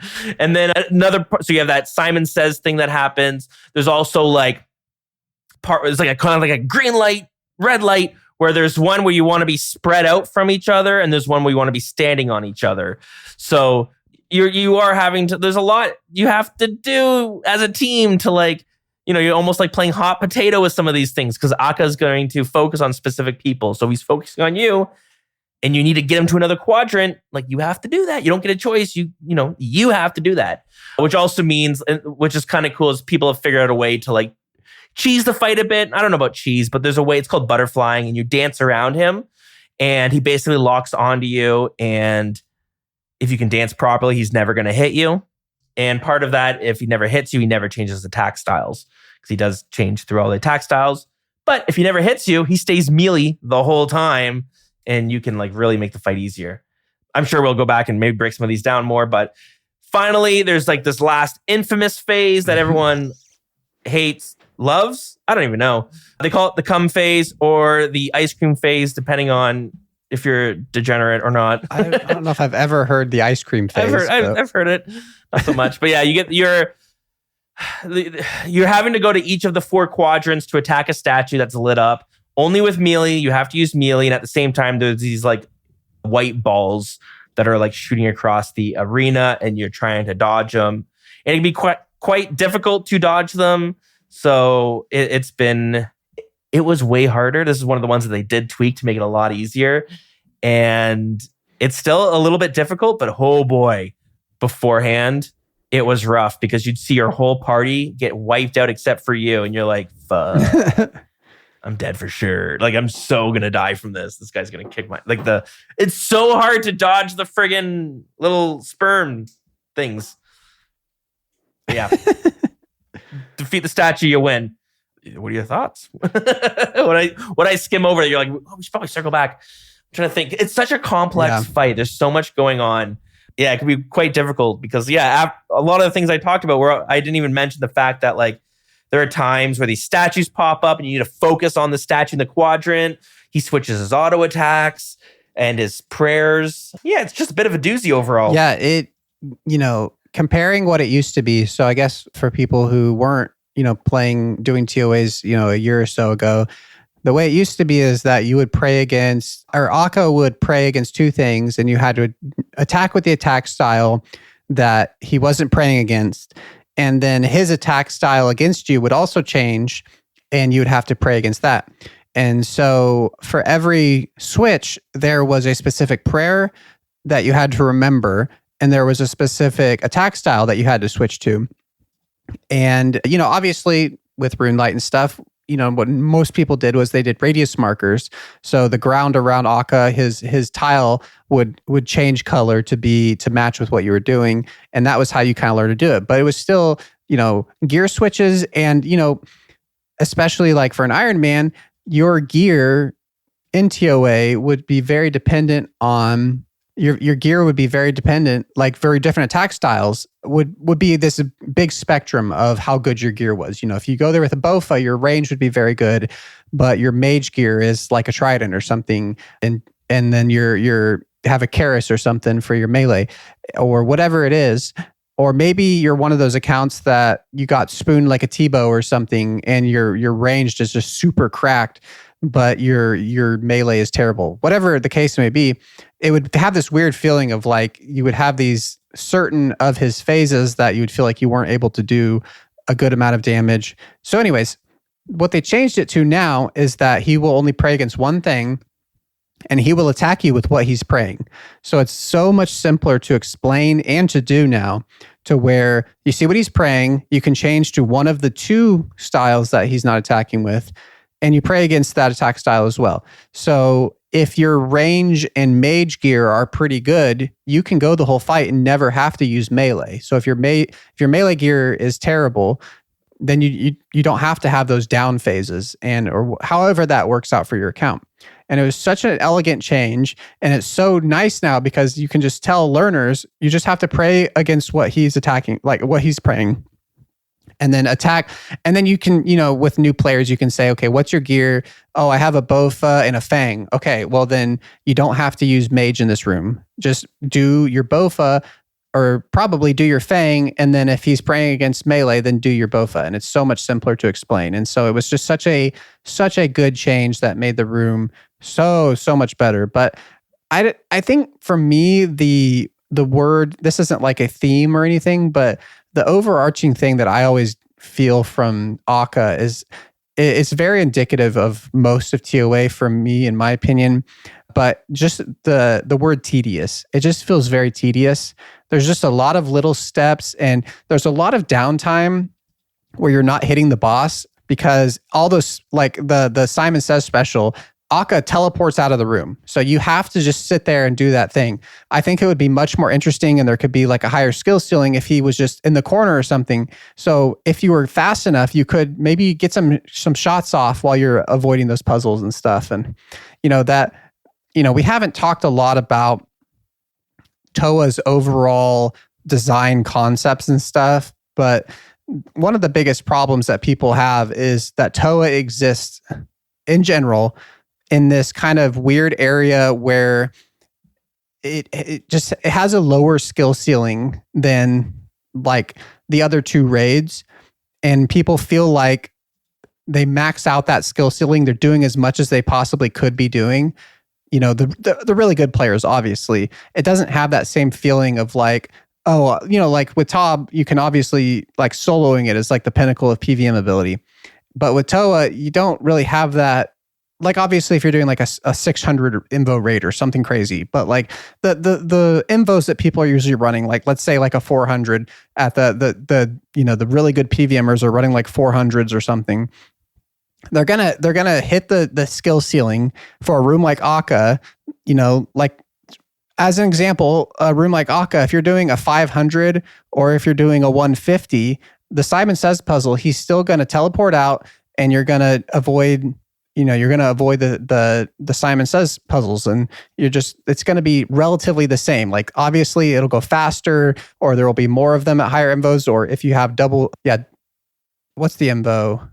I can't think of the name of the invo, but what's the one where you can't, I guess it is double trouble, because it'll cause the shadows, obviously for the people who know, how that works. Yes, that does raise the skill ceiling with that invo specifically, but all that to say, the reason why I bring all that up with the skill ceiling is when you feel like you're not pushing yourself in the room, when there's downtime like that with the teleports, what you're left with is this feeling of tedium, of where it's just like, yep, I'm gonna go over here, I'm gonna do this. Okay, he's disappeared. Let me hold on here for a minute. We're gonna go do Simon Says.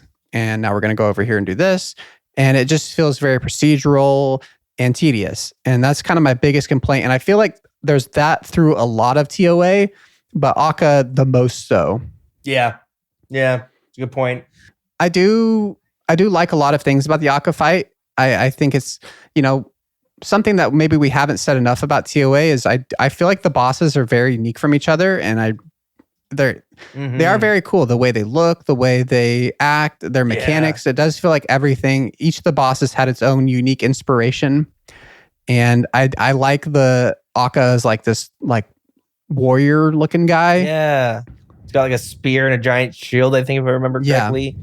Yeah, it's cool, and the music's great. Like in every room, the music's just awesome. It's fantastic, and the Warden, when we get to it.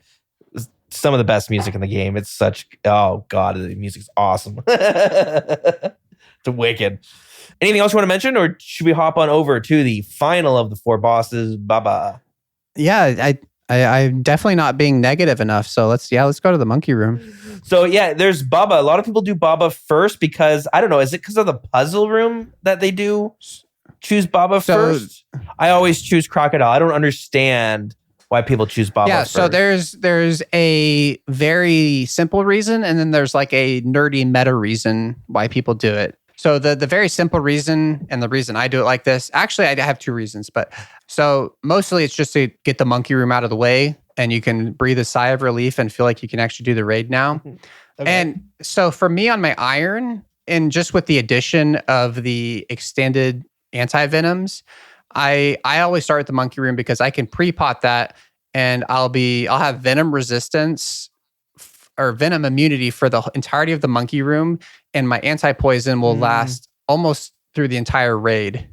I usually bring a Sandfew to get my anti-poison for Zabak last, but it will carry me all the way through Kefri. So that's that's like the Joe Schmo reason why I do it. The meta side of things is that your melee stats are less affected by salts than your range and mage. So that's why you do the 2 melee bosses first. Right. Get the salts, kill Zabak with the boost. But for me personally, I always start with Zabak because once the monkey room is done, it's like 50% of what I hate about TOA. And I feel like life can move on, and maybe one day I'll be happy again. That's why you choose the Baba first. Oh yeah. Also, I always mix their 2 names up. Makes sense.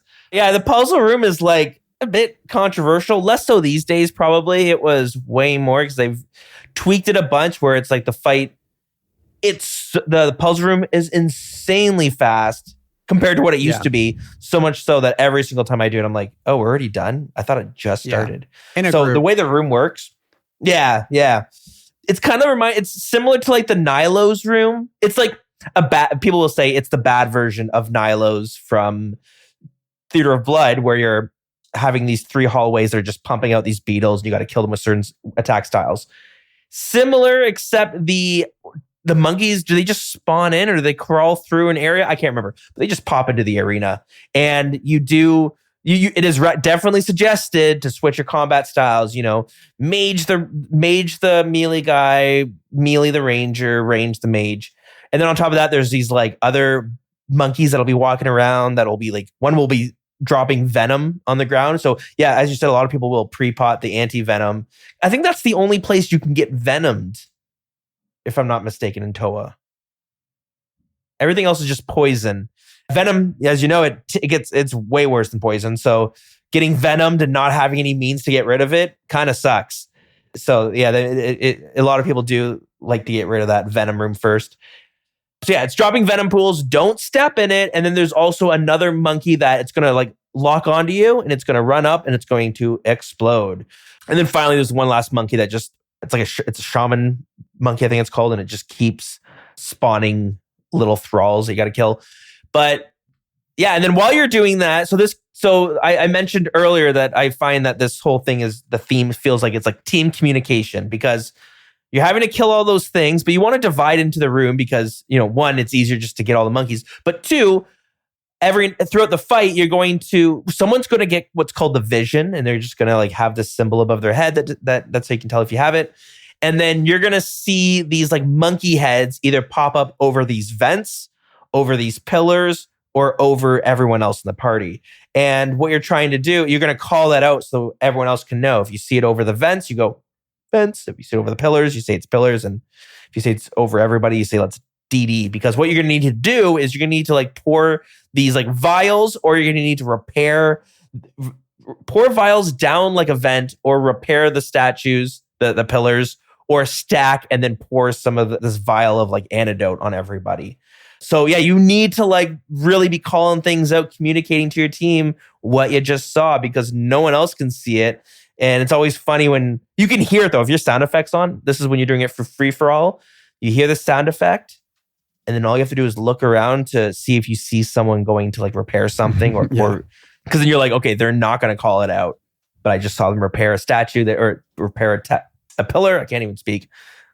Anyways, yeah, you're communicating what you need to do, and then boom, the fight's over. I'll say one thing that they changed that I love about it. One, they reduced how long it is. But two, they have the exploding monkeys if you time it right, you can get them to explode and kill their own monkeys. And that's really satisfying. I love trying to set that up and killing like 4 of them with one explosion. Awesome. Yeah. Anyways, there's the room. Thoughts? Anything I missed that you want to? Yeah. I hate it with every fiber of my being. A lot of people do. No, so I think really what it comes down to is its problems are all encompassed in comparing it to Nilo's. And that's not to say like I think it's like I don't like it because it's not like Nilo's. But Nilo's is a very enjoyable room. And I think that it's easy to show what the problems are in comparison to that. So in comparison to Nilo's, when you do Nilo's, obviously we've already had an episode about this, but just to recap, you go in and let's just say it's a 3-man raid. And so the 3 people pick an attack style each, and they kill all of the crabs of that attack style. So there's white ones that are melee. So the guy with the melee will kill all the white ones. Nice and straightforward. You run around and you kill them all and try to keep them away from the pillars. So what you do in TOA is the arena is so much bigger. So it's much more efficient to everybody picks a location and then you kill all of the monkeys in that location. So like a corner, if you have 4 people, you pick a quadrant, right? And so what that is instead of, Nilo's where it's much more simple from a like, your brain is just like, okay, kill, I go around and hit the white ones, but there's still all these efficiencies you can do with the way you do that. But with the monkey room, it's just constantly, you're doing a full gear switch just to kill one monkey, and then you do a full gear switch to kill another monkey, and you're just constantly doing these gear switches. And another thing, as opposed to the Nilo's, where there's 3 colors. With the monkeys, there's like 6 different types of monkeys. And obviously, once you've done the raid a handful of times, you're going to know what they all are and what they do. But instead of having them like colored of the attack style that you're killing them with, their attack style is the opposite. So now you're having to see like, oh, this one is meleeing me, so I have to mage him. So there's like another layer of like cognitive load that you have. Once again, once you do it a handful of times, it's not a huge deal. But there's just more and more of these things you're having to think about. But, one of the biggest problems, once again, the size of the arena, and then they put this big damn pillar in the middle of the room. So you have this thing where these monkeys, because they're going to attack different people in the raid, you'll go to attack one and they'll go around the corner and your character will get pulled to like follow them. And what is the problem with that? Well, there's venom all over the room. And so all of your best laid plans about where you're standing and stuff all get thrown off because you attack a monkey, you have to kill it in 2 shots, but then it goes around the corner and you get pulled through all this venom and everything gets messed up, and then you're having to, so it's just this like, it's this cognitive overload that becomes so like frustrating of like, you're just constantly trying to keep up with these monkeys that are spawning. And I understand it's so much faster now, and it doesn't feel like this as much anymore.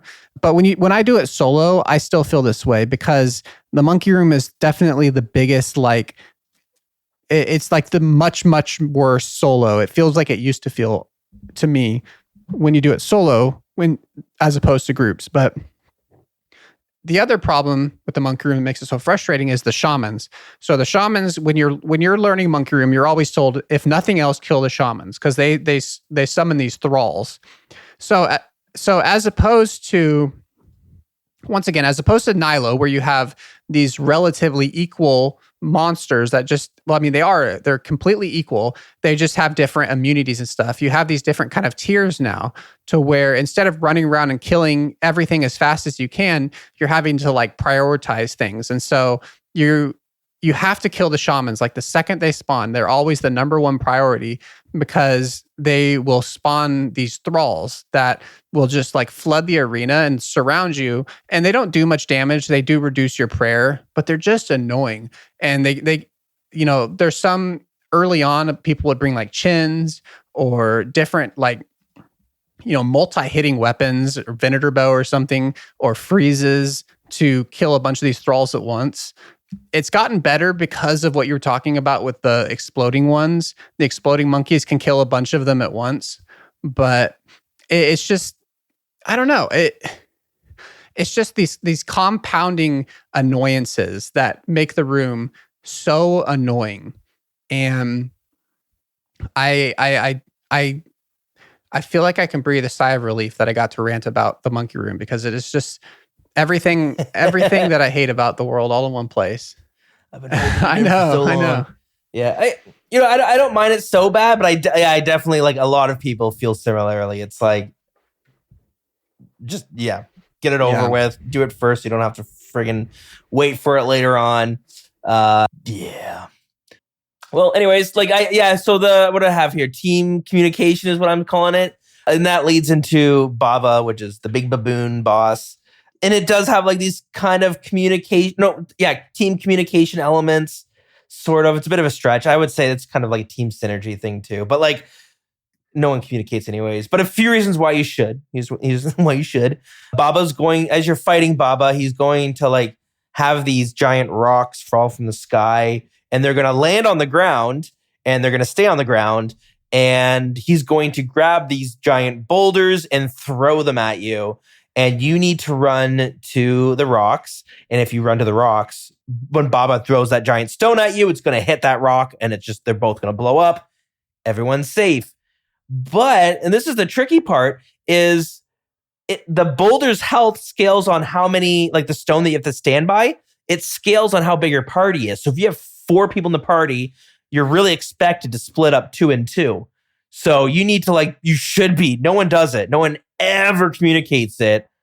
But you should that like, hey, I'm going to take this one. These 2 people are going to take that one. Because if you all stack on the same rock, let's say all 4 of you go to the same rock and then Baba throws that boulder at you, the damage is going to hit 2 people still because the rock only has enough to block 2 people. You expect to go to the other rock and you just get a lot of damage and it's completely random. Yeah. And there's also these like sarcophagus that you could be doing as well. Those are like, it seem like they're there as like a, oh shit moment. Let's go to the sarcophagus to block some of the damage because it doesn't block all the damage. And after a while, the sarcophagus will explode basically and they'll shoot these like little things out, which are going to do a lot of damage to you. And then really the last part of the Baba fight is like, there's like 3 intervals at a certain health percentage. He's going to jump to the far side of the arena, knock everyone to the other side. There's a hole. So if you're standing in the middle and the invocation's on, you're going to get knocked down and instantly die. No one ever tells you if it's turned on. So just pretend it's always on and don't stand in the middle. And then there's going to be these like giant boulders rolling down the arena. There's like 5 of them. And one of them is going to look cracked. And what you're supposed to do is you're all supposed to attack with ranged, the one that's cracked, break it, and you can run through, go to the path that's open now and break the next rock and keep doing that. And if you do it fast enough and your team is coordinated, you can all run to the very end where Baba is. You can hit Baba. He stops throwing the rocks. Problem is, if you're the only person who doesn't run with everyone else, you still got to hit the block, the boulders, and you really hope that your friends are going to be helping you so that you're not getting screwed up. But have you ever seen the show MXC, Most Extreme Competition, I think it's called? It's like it was a Japanese game show that got dubbed in, I don't know, I guess North America, whatever, for English speaking audiences. So they just dubbed it over with English. I don't even know if they're like translating it. I always just assumed they were making up new dialogue to dub over I have no idea. But anyways, it's most extreme elimination. That's what it's called. Most extreme elimination challenge. And they have all these funny things where like people are like, it's like Wipeout, but it's like way better. Go watch it. It's so good. But one of the ones that they had, one of the obstacle courses is they had this like hallway, this like ramp you had to run up, and they'd have these giant boulders rolling down the ramp. But the idea was they'd have these little areas that you could run into the wall to kind of move out of the way of the boulder so it didn't hit you. But more kept coming. So you'd run up, hide in the little divot, and then you'd run up some more, hide in the next divot, run, and keep doing it to get all the way up. But the best part about it is some of those little divots, those little hideout places that you could escape the boulder, they'd have people sitting in there, and when you went to go in them, they'd push you in front of the boulder, so the boulder friggin' ran you over. It's a big boulder too. It looked like it would kind of hurt, but like, you know, no one's not that hard. You wear a helmet, you're fine. But it's so funny. So that's what that boulder phase always reminded me of, and I'm sure it sucks just as much as doing that obstacle course would have sucked. I hate that part of the fight. And yeah, that's basically it though. What do you want to circle back on with Baba, or what are your thoughts on Baba? I like Baba. It's.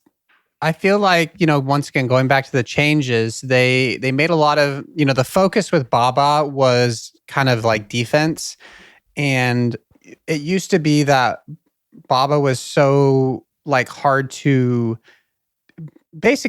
damage, to penetrate the defense of, but we didn't really talk about red Xing. But right, but essentially, I should clarify. I meant the way that Baba hits you through your defense. Baba just did a lot of damage, like through prayer, and so the focus was. Sorry, let me step back. Baba would hit you a lot through your prayer, and so what formed was this idea of red Xing, where you would put an item underneath Baba, and then through interface, you know, RuneScape spaghetti fuckery, by clicking on that item, you would step under Baba and it would basically prevent her from attacking you. And then you attack and then click on that item. And in this kind of, you know, this sequence that basically nulls her attacks and lets everybody just stand there and hit her. And they basically, what Jagex did was they reduced the amount that Baba will hit you through prayer. So now you just run in and kill her with your swords, which is much more fun. And it feels kind of like what they're intending. You still have all the other mechanics going on, but you're not just getting hit like 10s through your prayer. And so it's kind of, red Xing was very interesting because it was like, it was solving a problem that I don't think was intended. And when they fixed that problem, I don't know, it feels like the room is where it should have been in the first place. And I find it a much more enjoyable room now. It's a weird room for me. I end up actually switching to my Bofa after the first round of boulders for the rest of the room because I don't have a Fang. But, you know, I did, you know, hundreds of them on my main with a Fang, and, you know, doing that room melee with the changes it's a good time. I made it sound like I hate this room, but just the puzzle part, I do enjoy the fight. Yeah, that's fair. That's fair. But yeah, that's Baba. Should we move on to the final? Yeah, you know, I mentioned that when Monkey Room is done, I like have the sigh of relief that the raid can finally start. And I'll say that when the 4 demi bosses are done and we go to Wardens is when I finally start to get excited, because I really enjoy the Wardens fight. I don't have many complaints about it. I enjoy it overall, and it's my favorite part of the raid by far. Mm-hmm. It's Wardens. Wardens is tough. There's a lot going on, but it's a really cool fight for a lot of reasons. Okay, so let's get into it. So you have your next snack break. You choose your final snacks to go into to Wardens with. And when you get to Wardens, you got the first thing you're going to face is Obelisk right in the middle of the arena. And you're going to have these 2 like automatons. They're kind of like robots. I don't even know, but they're like these giant titans on 2 sides of the arena. And what's going to happen is these like charge these orbs that are going to shoot from the Wardens, the titans, and they're going to go on a path to the obelisk in the middle, and it's going to charge it up. And what you need to do is you need to stand in front of the charges that are getting shot out. Someone's going to take damage. You only need one person to do it. So someone's going to take damage, but it's going to prevent, once the warden does this like full charge up with the orbs, it's going to do like a special attack. And you can't have them both at the same time, because if they're both at the same time, you're going to die. It's like impossible. So you need to like offset it a bit. So basically do these like disco lights where these like lights come from the ceiling, and then you just have to not be underneath them, and they're going to alternate from like, these tiles are safe, and now those tiles are dangerous and the other ones are safe. So that's why you can't have both of the titans, the wardens, to get their attacks at the same time, because then nowhere's safe. So you just need to like offset them a bit. And then there's going to be one where you guys need to run together on one square, depending on what the orb is going to hit you. And then there's one where you need to spread out. Again, depending on what warden is firing their attack. You do that until the obelisk is destroyed. And congratulations, you're on phase 2 of the fight. Phase 2 of the fight, I'm going to say, is like the hardest part of the fight, because it's so hard. Like, I feel like no matter what, I'm still going to die sometimes. So there's just so much going on. There's like, the obelisk is doing these attacks, and it's shooting these skulls that you need to like run away from. You see the shadows on the ground, you want to get away from them. There's like a windmill attack the obelisk is doing, and if tiles are red, you need to not stand on those tiles. And then you have the warden is going to be doing like ranged and mage attacks at you, and every now and then it's going to shoot another thing that's going to turn off your prayers. And for the most part, that's basically all the attacks it's doing. But what makes it so tough is that if you get comboed by them, they turn off your prayer, and then you're getting hit by the other one at full damage. It's so easy to get stacked out. Some of them are based on where you're standing. Some of them are based on what you're praying. You know, it's like, it's just, you're having to focus on the 2 types of attacks, and it's so easy to get stacked out and killed, which is just brutal for everyone. But what's also kind of cool is like, you're not damaging the wardens right now. You're like charging them up or something. You're shooting, and it has like a yellow hit splat that looks like a scroll. Not really sure what you're doing. I think you're breaking its shield. The warden gets like overloaded. Do you know what it's doing for that phase? I think you're breaking its shield down, right? Okay, you're bringing its shield down. That makes sense. Okay. I always thought you were charging it up because you have that yellow. I think it's filling up, not that's true.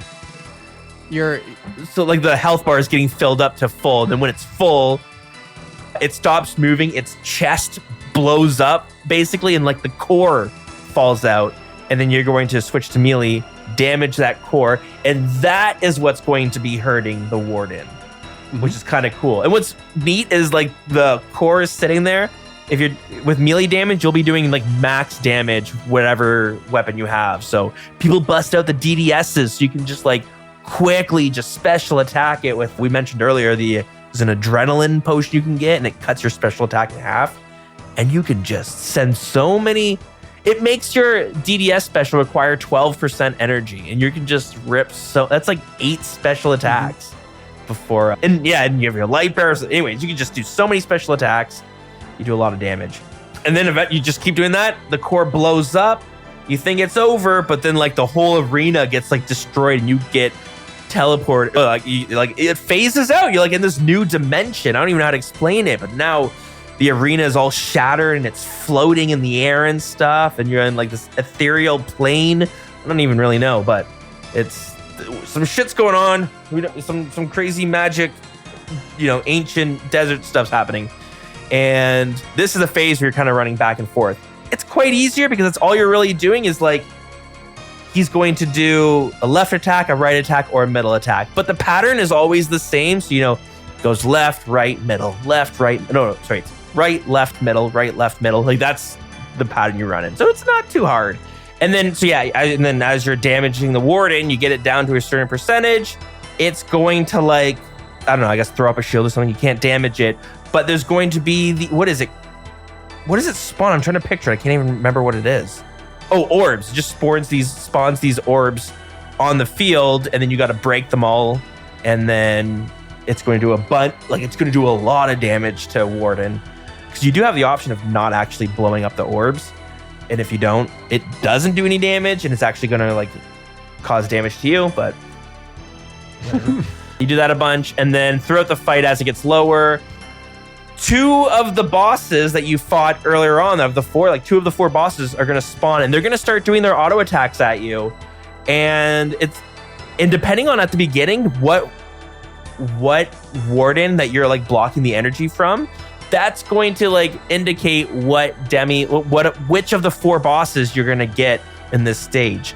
Because they're just going to be constantly like auto attacking you. You need to switch your prayers, and then you need to move out of the way. There's like prayer switching and movement based auto attacks you're going to be dealing with. Anyway, you keep doing that until you almost kill the warden, and then you get into the enraged phase. So he's going to go crazy at this part. He's going to stop doing his attacks, his right, left, middle attacks. Instead, he's going to cause parts of the arena to like, the tiles you're standing on are going to like break, and they're going to go flying off. So the arena is getting smaller and smaller, and you're having to dodge lightning attacks, and you're dodging boulders because you're most likely dealing with Baba and Zebek, and you're just dodging a lot of stuff while it's attacking you. And then the longer you take, it's a DPS check. The longer it takes to kill that boss, the more of the arena is going to get destroyed. You're trying to kill it. And ta-da, you beat the boss if you can do it. Okay, so those are the 3 phases. Trey, take us back. Where do you want to rewind to go a little bit more in depth, or at least share your opinions on? So phase 1 is, it's pretty straightforward. Nothing super interesting to talk about. There's a weird illusion of choice in P1. Where you have these option between one side or the other, but I would say you would almost be a fool to take the other side. Everybody takes one side, and it's significantly better, only for the fact that. So it actually, somebody just asked me about this a couple weeks ago. So I'll explain it just in case anybody was wondering why you don't take the other side. So the side you pick will determine who the 2 bosses are in P3 that are attacking you. And where that becomes important is one side gives you Akka and Kefri, and the other side gives you Zabak and Baba. And why that's important is because you'll have either Zabak or Akka shooting attacks at you. And so when you have Baba shooting attacks at you, the prayers are reactive. So you can see what's coming and you can pray against it. But with Akka, the prayers are calculated before you see the attack. So you have to count I don't even remember if it's random or if you have to count. I think you can count. There's an invocation that changes it.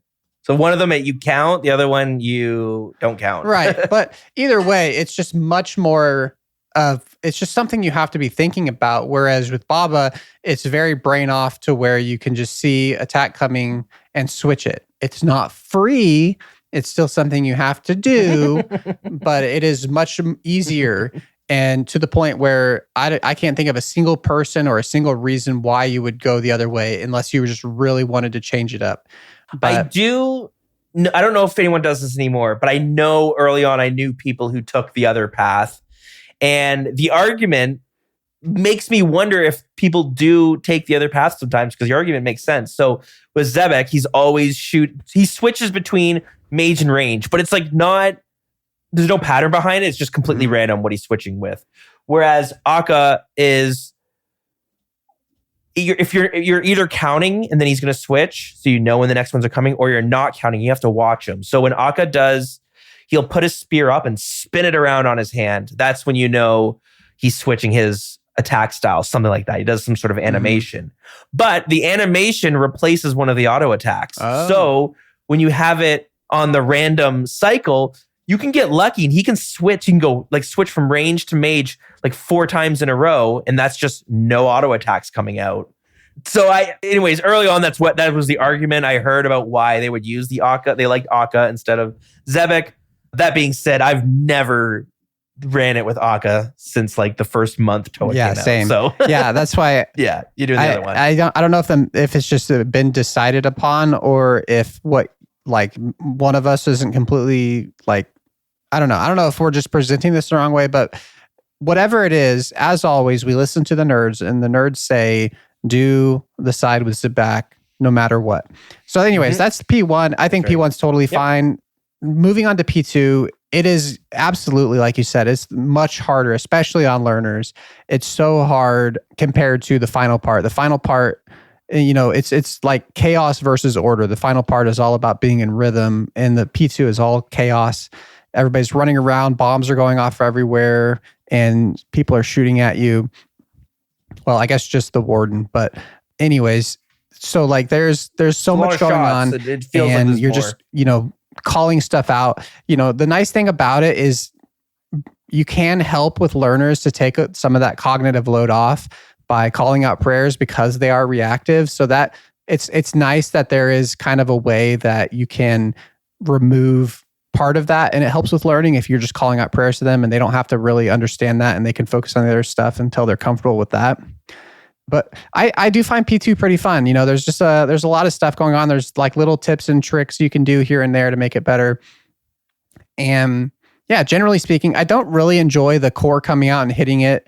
I don't know. Maybe it's just because I'm always the last person to reach it because I'm so slow on my gear switches. But yeah, going to P3, it's my favorite part of the raid. I really enjoy it. Overclocked to not insanity. It just feels very nice with a 4-tick weapon. Just shoot, move. And there's just this really nice rhythm to it. I know people, kind of going back to that skill ceiling part from earlier, once you have it down, there's really nothing more you can do during that phase. And so it becomes boring and tedious to a lot of people, even with insanity, because, I think we'll maybe specifically talk about insanity in just a minute, but like it is, it's just once you get used to the timing of it, it's just back and forth, back, shoot, move, shoot. And I really enjoy those kind of fights. I enjoy the boring fights. Like it feels kind of like the Duke fight to me, where it's just very repetitive, but you do just kind of have to keep moving. But yeah, it has a really cool way of ramping up the whole time. It just, every phase adds something more and adds something more. And then it just says, like, fuck it. The whole thing blows up and everything just starts shaking and exploding. And it just becomes this like race to the finish. I really enjoy the Warden P3/P4. Now, insanity is, I do think we need to talk about it because so many people are like afraid of it. And I don't think it's completely unfounded, but so just to kind of break down, it is a little insane. It's a little bit insane. I think calling it insanity is kind of insane because it's like you expect insanity to like double the difficulty of, like it's insanity, but it makes it a little bit more difficult. But I think the fact that it's worth 50 points, invocation points, and the fact that it is called insanity has led people to believe it's a lot more difficult than it is. So what it does is it speeds the warden's attack up faster by 1 tick. So instead of every 4 ticks, it's every 3 ticks, which I like legitimately, you'll be used to it by the end of the first time you do it, unless you die. The two things about it that I find much more difficult than the speeding up of that are when the skulls come out that you have to hit, they are a lot faster. And I don't know if you mentioned it, but if you don't attack all the skulls in time, you get like 1 shot. Yeah, it's a lot of damage. There's like tricks to avoid the damage. There's a way they call it skull skipping. We can get in a second. But yeah, with insanity, it's very fast. I guess, insanity is very swingy because that orb phase, if you're doing it solo, I think you can 1 tick all the orbs throughout the whole thing. You attack really fast. You got to be quick with your clicking, but it gives you like 1 tick of room of like margin for error. So you can like mess up once. You can be slow once, but if you're slow for 2 ticks, I don't know if that's the exact number, but it's like something like you don't have that much room for failure. So a lot of people do the skull skipping trick. When you're in a group, you do get a lot more grace. There's a lot like the grace period before it blows up it's not like 4 ticks, like 1 tick per person. It kind of works out that it doesn't feel as intense. But like solo, I don't even try to do the orbs. But I'm not fucking going through all this bullshit and then dying. It also is like, if you do mess it up to the point where it one-shots everybody, it's just like an instant wipe. And even if you don't wipe to the point where you have to leave the raid, which is probably 75% of the time, if you do go back into Wardens and try to do the whole fight again, you have to do the whole fight all over again. You don't go back into P3. Yeah, it's rough. Should we talk about the skull skipping real quick? Yeah. That's how people get around it. So like soloing it, I am not quick enough to be able to one tick all the orbs. So I'm skull skipping. You stand on a tile. You're supposed to melee the skulls. That's how you can one tick destroy them. But if you range or mage them, you're just going to hit zeros the whole time. But that's what you do. You sit there and you spam click the skull. But you're on a specific tile so that when the skulls blow up, they do like a wave. It comes from the ward. It does a wave of damage. And you can actually run through the damage. So if you time it right, but it's so hard to do. But it just turns out if you're spam clicking the skulls and then the skull disappears to blow up, your guy runs to that tile right as the damage is coming and you can avoid all the damage. Yeah. So that's the skull skip. It makes the fight much longer though, because the skulls, if you hit them all, they're going to blow up and the damage is going to go and hit the warden, So if you're skipping it, you're not getting that explosion damage. You do get a bit more points, I think, because you get more points for like the direct damage you're doing, whereas like that's not really direct. When you destroy all the skulls, they all go damage the warden, and that is damage done not by you, so you don't get any points for that. So if you skull skip, you have to do all that extra damage yourself. And a lot of the times, once you're like an avid TOA runner, you might have your timer on, so you have to think about like, do I even have the time to skull skip it? Like, you got to factor that in too. But it's intense. I know, like I can do insanity. Learning it though, it was like holy, like this is Jesus Christ. Slow down. My hand I remember my hand cramping up because it's tense. It feels so fast and it's like kind of scary. Yeah. I guess going back to insanity, the last part of it, and this is by far the most difficult part, is it speeds up the P4, the enrage, the speed at which the tiles fall away to the point where there's just the last row, and you have to, people call it last rowing, where there's just 6 or 7 tiles that are just the ones directly in front of the boss that you have to, go between, as opposed to like the whole arena that you can run around. And you have attacks flying at you, you have rocks dropping on you, you have the floor blowing up, and you're having to still fight the boss. And when you get to the high invocations with insanity, you're having to do that for a very long time. And it's very difficult. And you're just praying to RNGesus to have, just to get hits. And you're always hitting zeros, of course. And that is by far much more difficult than anything else in insanity. And I think what a lot of people think about insanity, they think about the faster speed of the attacks, but it's that P4 that is really the part that makes insanity very, very difficult. Yep, it does it gets a little bit insane. Yeah, is anything else you want to mention about Tombs of Amascut before the Warden's fight, before I guess we move on to our next section of this? I would like to see them have just a normal PvM boss with some of that kind of feeling of the P3 of Wardens, because every time I go there, I'm like, I wish I could just grind out this boss on its own, because I really enjoy the feeling. Yeah, the rhythm is nice that you fall into. It does feel good. It's really cool. I love the way the fight ends too, because we mentioned you're kind of in this weird black abyss thingy. I don't know, like everything's just shattered and floating. And then when you defeat the boss, it's one of the coolest animations. It's like there's like a portal or something behind him that's like sucking the boss away. And like you can watch as it slowly gets pulled through that portal, but it throws its hands out and grabs onto these rocks to stay in like the fight, almost like keep fighting you. But then it just gets slowly ripped off. And like you see it's one of the best boss animations in the game. Yeah. Looks so awesome once you've defeated it. Yeah, it's great. And then you walk into this throne room where you can then get the rewards, which is awesome. Should we talk about the rewards? Like what you get now from from the Tombs of Amascut? Because it's got some good rewards. It follows the themes of the other raids. You get some armor sets, you get some the item that like, it's like, this is the easy item to get, but it's really, really good. And then it has that mega rare, that the chase item. It's the big heavy hitter. That's worth a lot of money usually. Let me, I'm stalling, so I'm trying to find it. Okay, here we go. So let's talk about like the untradables, because this is neat. This is a really cool part of the raid that like you don't see much else of, but you get this Karis Partisan from a quest. It's empty. It's a stabbing weapon. Doesn't really do anything. It's meh overall. But you have a chance at getting these different gems throughout once you complete the raid. They're untradable, and the gems can be slotted into the Karis to give it like a different perks and different stats and stuff. So there's the blue gem, which makes it just do more damage to beetle monsters. So a lot of people will use this. The only partisan setup that you will use outside of the raid. Bring it to like Calphite Queen if you don't got anything better or anything. It has this cool perk where it's like a really low chance to do a ton of damage.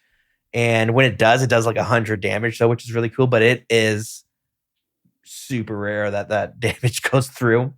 There's the red gem, which gives you a special attack that's gonna like, it kind of is like the Soul Flame Horn in a way that you get from a Yama, but yeah, it gives you just like a buff to your party members so they can do some extra damage for a few seconds. It's a cool special, but like it's a very selfless special. You use it for your party members to get the buff. You don't even get the buff, so you don't get to have too much fun with it. And then you have the yellow gem, which is it's like the big one. Like when you get the yellow gem, it allows you to go further into the raid in terms of like invocations.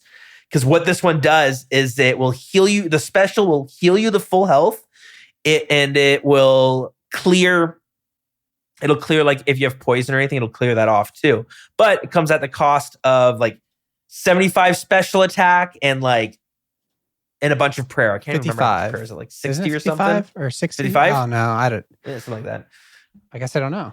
But it's really good because you can use that to replace like all your food and stuff, and it just becomes like a really. It's like the best. You use it as your oh shit button when you're about to die. You switch to that and heal back to full health. So it's pretty good. And then the last one is the black gem, which they came out with recently because I think they realized that some lower levels, it would be nice for them to have a good stab weapon before they get the fang. So it just is a regular weapon that's going to stab well in the raid. So let's talk about these gems. Anything you want to note on?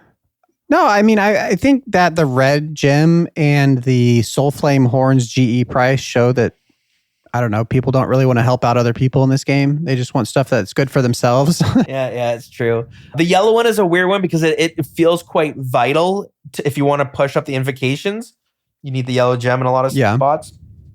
At least it feels that way, but and it sucks when you're waiting for RNG to give you this gem. But they did a good way of countering it by the longer the more dry you go, like not getting the gems, the better chance, scales up a bit. So that's nice. They have that going for you. The other untradable is the Thread of Elidinus, which is used to upgrade your rune pouch so it can hold an additional rune. So that's pretty big. That's so awesome. good. Yeah, that's like one of the items where you're like, yeah, let's do Tombs so I can get this because I would love it. It's not that hard to get. Yeah, but it is untradable. As for the tradable items, you have the Osmondton's Fang, which is a stabbing sword. It's really good. People say that it's like the new blowpipe. If you played back in the day, the blowpipe was insane. It was like 5 mil, and it was only slightly worse than the T-bow at, in terms of DPS. It was so versatile. You'd use it everywhere. They nerfed the blowpipe. It's not as great anymore, but they brought out the Fang, which people say it's a mega rare that costs 20 mil. It's so accurate. It does so much damage. It's pretty cool. It's pretty cool. Less cool is the Elidinus Ward, which is a mage offhand that is going to just give you some mage DPS. You can use this with one of the corpse shields. Which one is it? Can I find it in time? Arcane Spirit Shield, which will just gives it extra stats. You can fortify it. So you can use it as soon as you get it. But then, of course, if you have that extra shield, make it even better. Then there's the Light Bearer, which is one of my favorite items in the game. It's a ring that lets you recharge your special attack twice as fast. So good. It's also not that, and the Fang are kind of, they're like, when you do Chambers, you get the prayer scrolls all the time. That's the version of the prayer scrolls in Chambers. It's the Light Bearer and the Osmond's Fang. And then you have the Missouri set, which is just your, it's the newest and best in slot range gear, except the Missouri stuff that you get from the raid isn't the best in slot. It's like second best, but you then have to fortify it by breaking down Armadyl pieces, and then you fortify the Missouri, and then it turns into the best range gear in the game. Cool way to keep Armadyl still,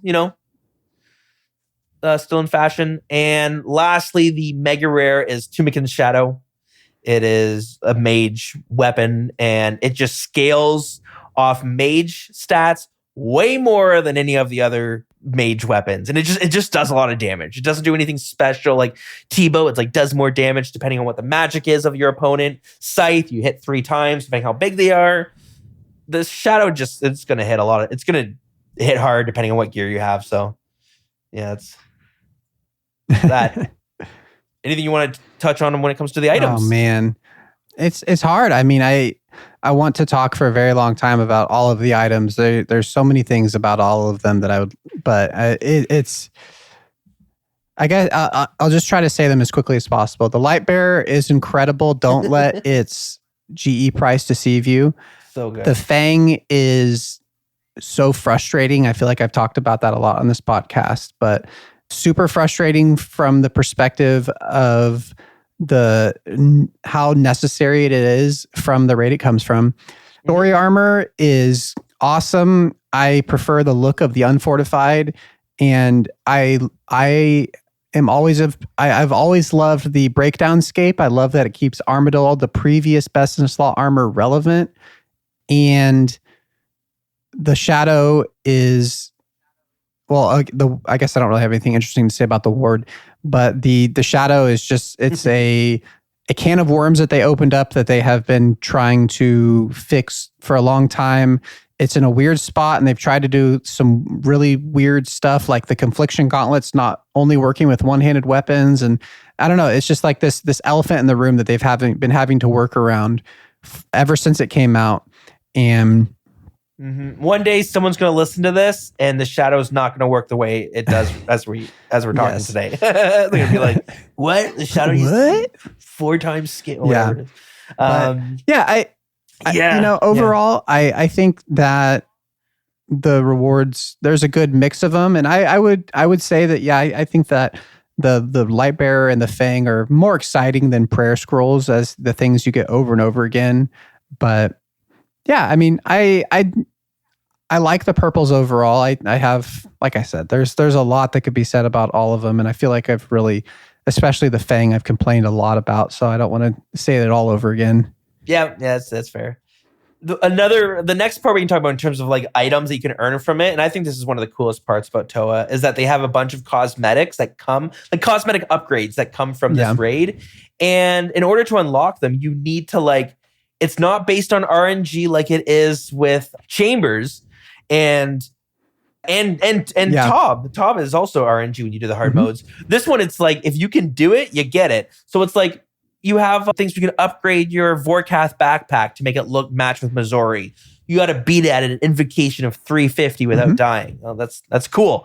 And then there's stuff where it's like beat 500 and you get a cosmetic for your Fang, and there's one for the Eladinas War that makes it look just really cool. And then if you get the pet, just like with Chambers, how you have to get the RNG dust that you can change it to all the different bosses, but it's not RNG. You just have to beat each boss with all the invocations on. So you can work through every single boss. You don't unlock all of them at once, sure, but so I do have the pet for this.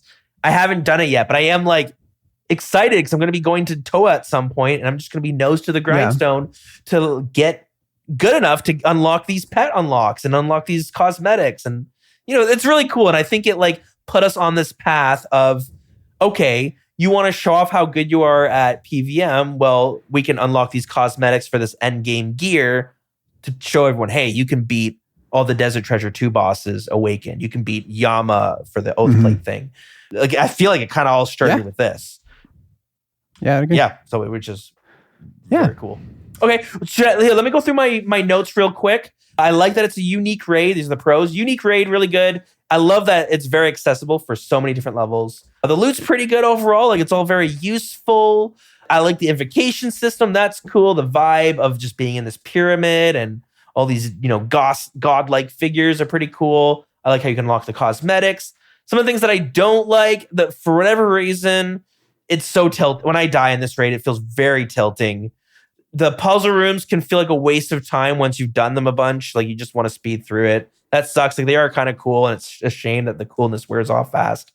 And yeah, there's some people just really don't like Toa. So if you're looking for Toas, every now and then you might get someone snarky being like, ew, Toa. Like me. You'll get that a bit. Yeah, there you go. There's that sort of thing. The other thing I don't really like is that there's like hidden buffs to the Fang and the Shadow. So they are a bit stronger in the raid than they are outside of the raid. There's like not really any way of knowing that. It's just, if you know. I always don't like that sort of stuff, but whatever. Should we go through and smash or pass each of the four bosses? Can I go over my pros and cons real quick? Yes. Sorry. Let's hear it. I haven't written anything down, so I got to kind of go off the top of my head here. But pros and cons for TOA. Pro, accessible. The half pro, half con is the invocation system. I think that it makes me sad that the invocation system was implemented in the way that it was implemented, because I really like the idea of it. And I think because of people's feelings towards the way that they did it with TOA, that they're not going to do something like that again. And I wish they would with a different, a much more simplified version of that. A con, Monkey Room, obviously. A con is how long it is. You mentioned that as well. It is so incredibly long. And, that's why your deaths are so tilting, because it's long and tedious. Those are the biggest cons. And a con that you could remove the puzzles, and that sounds like just such a dumb, just remove the puzzles. But you could legitimately remove the puzzles and have the raid still be longer than the other two raids that it's being compared to, which is why it feels so ridiculous that they're there. Pros, I like the Warden's fight. Pro, oh man, I'm really stretching here for pros. No, I actually overall do enjoy TOA. I complain about it a lot, and I feel like one of the reasons I complain about it a lot is because there's so many things in TOA that are really close to good, and you see where their head was at. And I think those are the most frustrating things, right? Like the things that you can see how they could be great and they're not, and obviously, we have to do these things hundreds of times. So the little annoyances really stack up. And I think they had a lot of good ideas going into it. And I think they have atoned for their mistakes a little bit with the changes they've made. But I would love to see that level of change one more time over. And then I think TOA could be in a really good spot. Ooh, very interesting. Very interesting. Okay, why don't we go through each of the four bosses first? We can do... maybe put away the Warhammer. We'll bring out the BGS for this one, or we can go back to the Bone Dagger. Let's do Bone Dagger Stabberino. So let's go first. Zebek, overall, there's no loot that we can kind of link to it, but overall, do you like it? Or, Smash. Yay or nay? Smash. Stab. Yeah, we're stabbing. I would too. I think Zebek's really cool, and I love that sound it does when he does his roar. So that's really cool. Cool. Okay, let's go. Kefri, stab or... Stab or no stab? Oh, sorry, stab. I was trying to think of a rhyme for the opposite of stabs. Stab or blab. I don't know. Yeah, no, I would stab. I enjoy Kefri. Yeah, me too. My favorite of the four of them. The way it looks and everything. It's a fun fight. My favorite fight for sure. So yeah, stab that one. And then we come to Akka. Pass. I think I would pass too, because this one is definitely okay, we're at Akka. Especially if you're teaching it, you're like, I'll just, there's a lot going on. You're not gonna remember it. Let's just roll with it. And then Baba. Oh no, I guess sorry, I'm looking up words that rhyme with stab. Dab. I'm thinking of Gab. Isn't that like a thing? Like you dab out, or am I thinking of dap?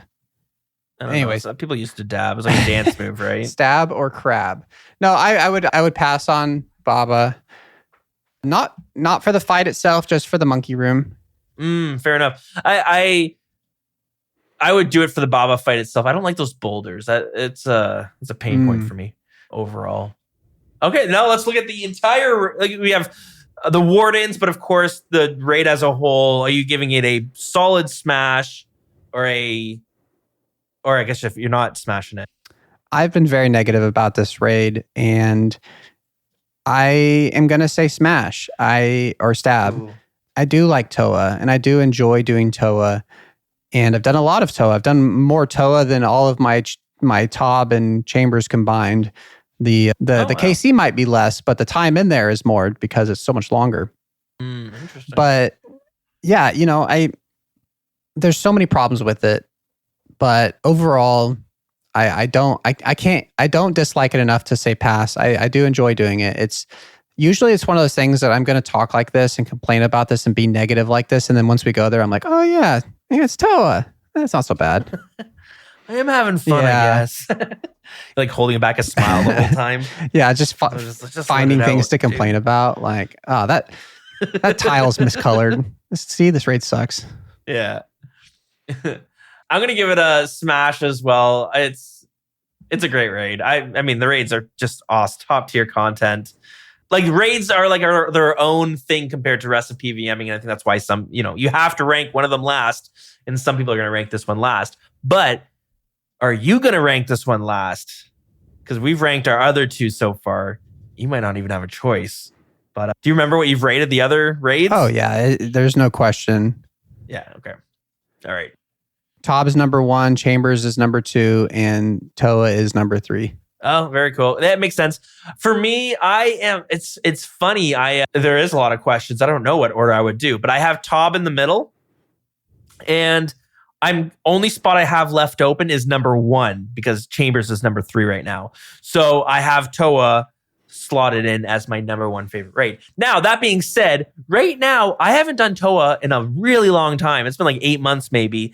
I am on this deep Chambers grind. I've just been doing nonstop Chambers for the past few months. Really just trying to just get really good at the raid. I've improved a lot. There's a lot of things that I wanted to improve on, but I've been doing it.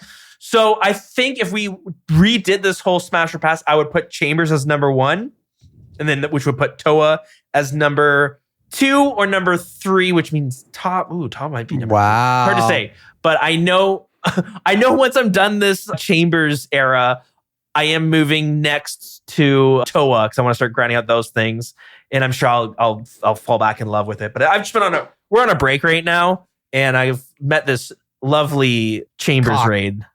Yeah. And I just can't get enough of it. You know what I mean? Like it's all I can think about. I'm all hot and bothered every time I think about that big Olm at the end there. Yeah, it's just on my mind. So yeah, unfortunately, Toa's number 1, but it just yeah. This is a terrible ranking if they can just switch depending on the day. This is my definitive ranking depending on the day. Yeah. It'll switch tomorrow. But okay, cool stuff. I'm sure we missed some Tomb stuff, but holy crap, have we gone on for a long time. My dinner's ready. I gotta go up and eat. So I didn't want to end it right here. Sometimes, we usually have like a community segment and we kind of wind things down before we do a hard stop, but I think I do need to do a hard stop tonight. Yep. It is it's Toa. We knew it was going to be a long one. All the raids have been. Yeah, we know it was going to be. Yeah, there we are. So let's end it right there, guys. Let us know what you think about Toa. If you hate it, I want to know why. If you love it, I want to know why. Yeah, just let us know. And then when that community segment comes back next episode, we promise. Go through it. Okay, guys, I'm going to play the Warden's music, and I guess we can say goodbye goodbye. Bye. Feels very abrupt, but I got to go eat dinner. I'm going to get in trouble. That's fine by me.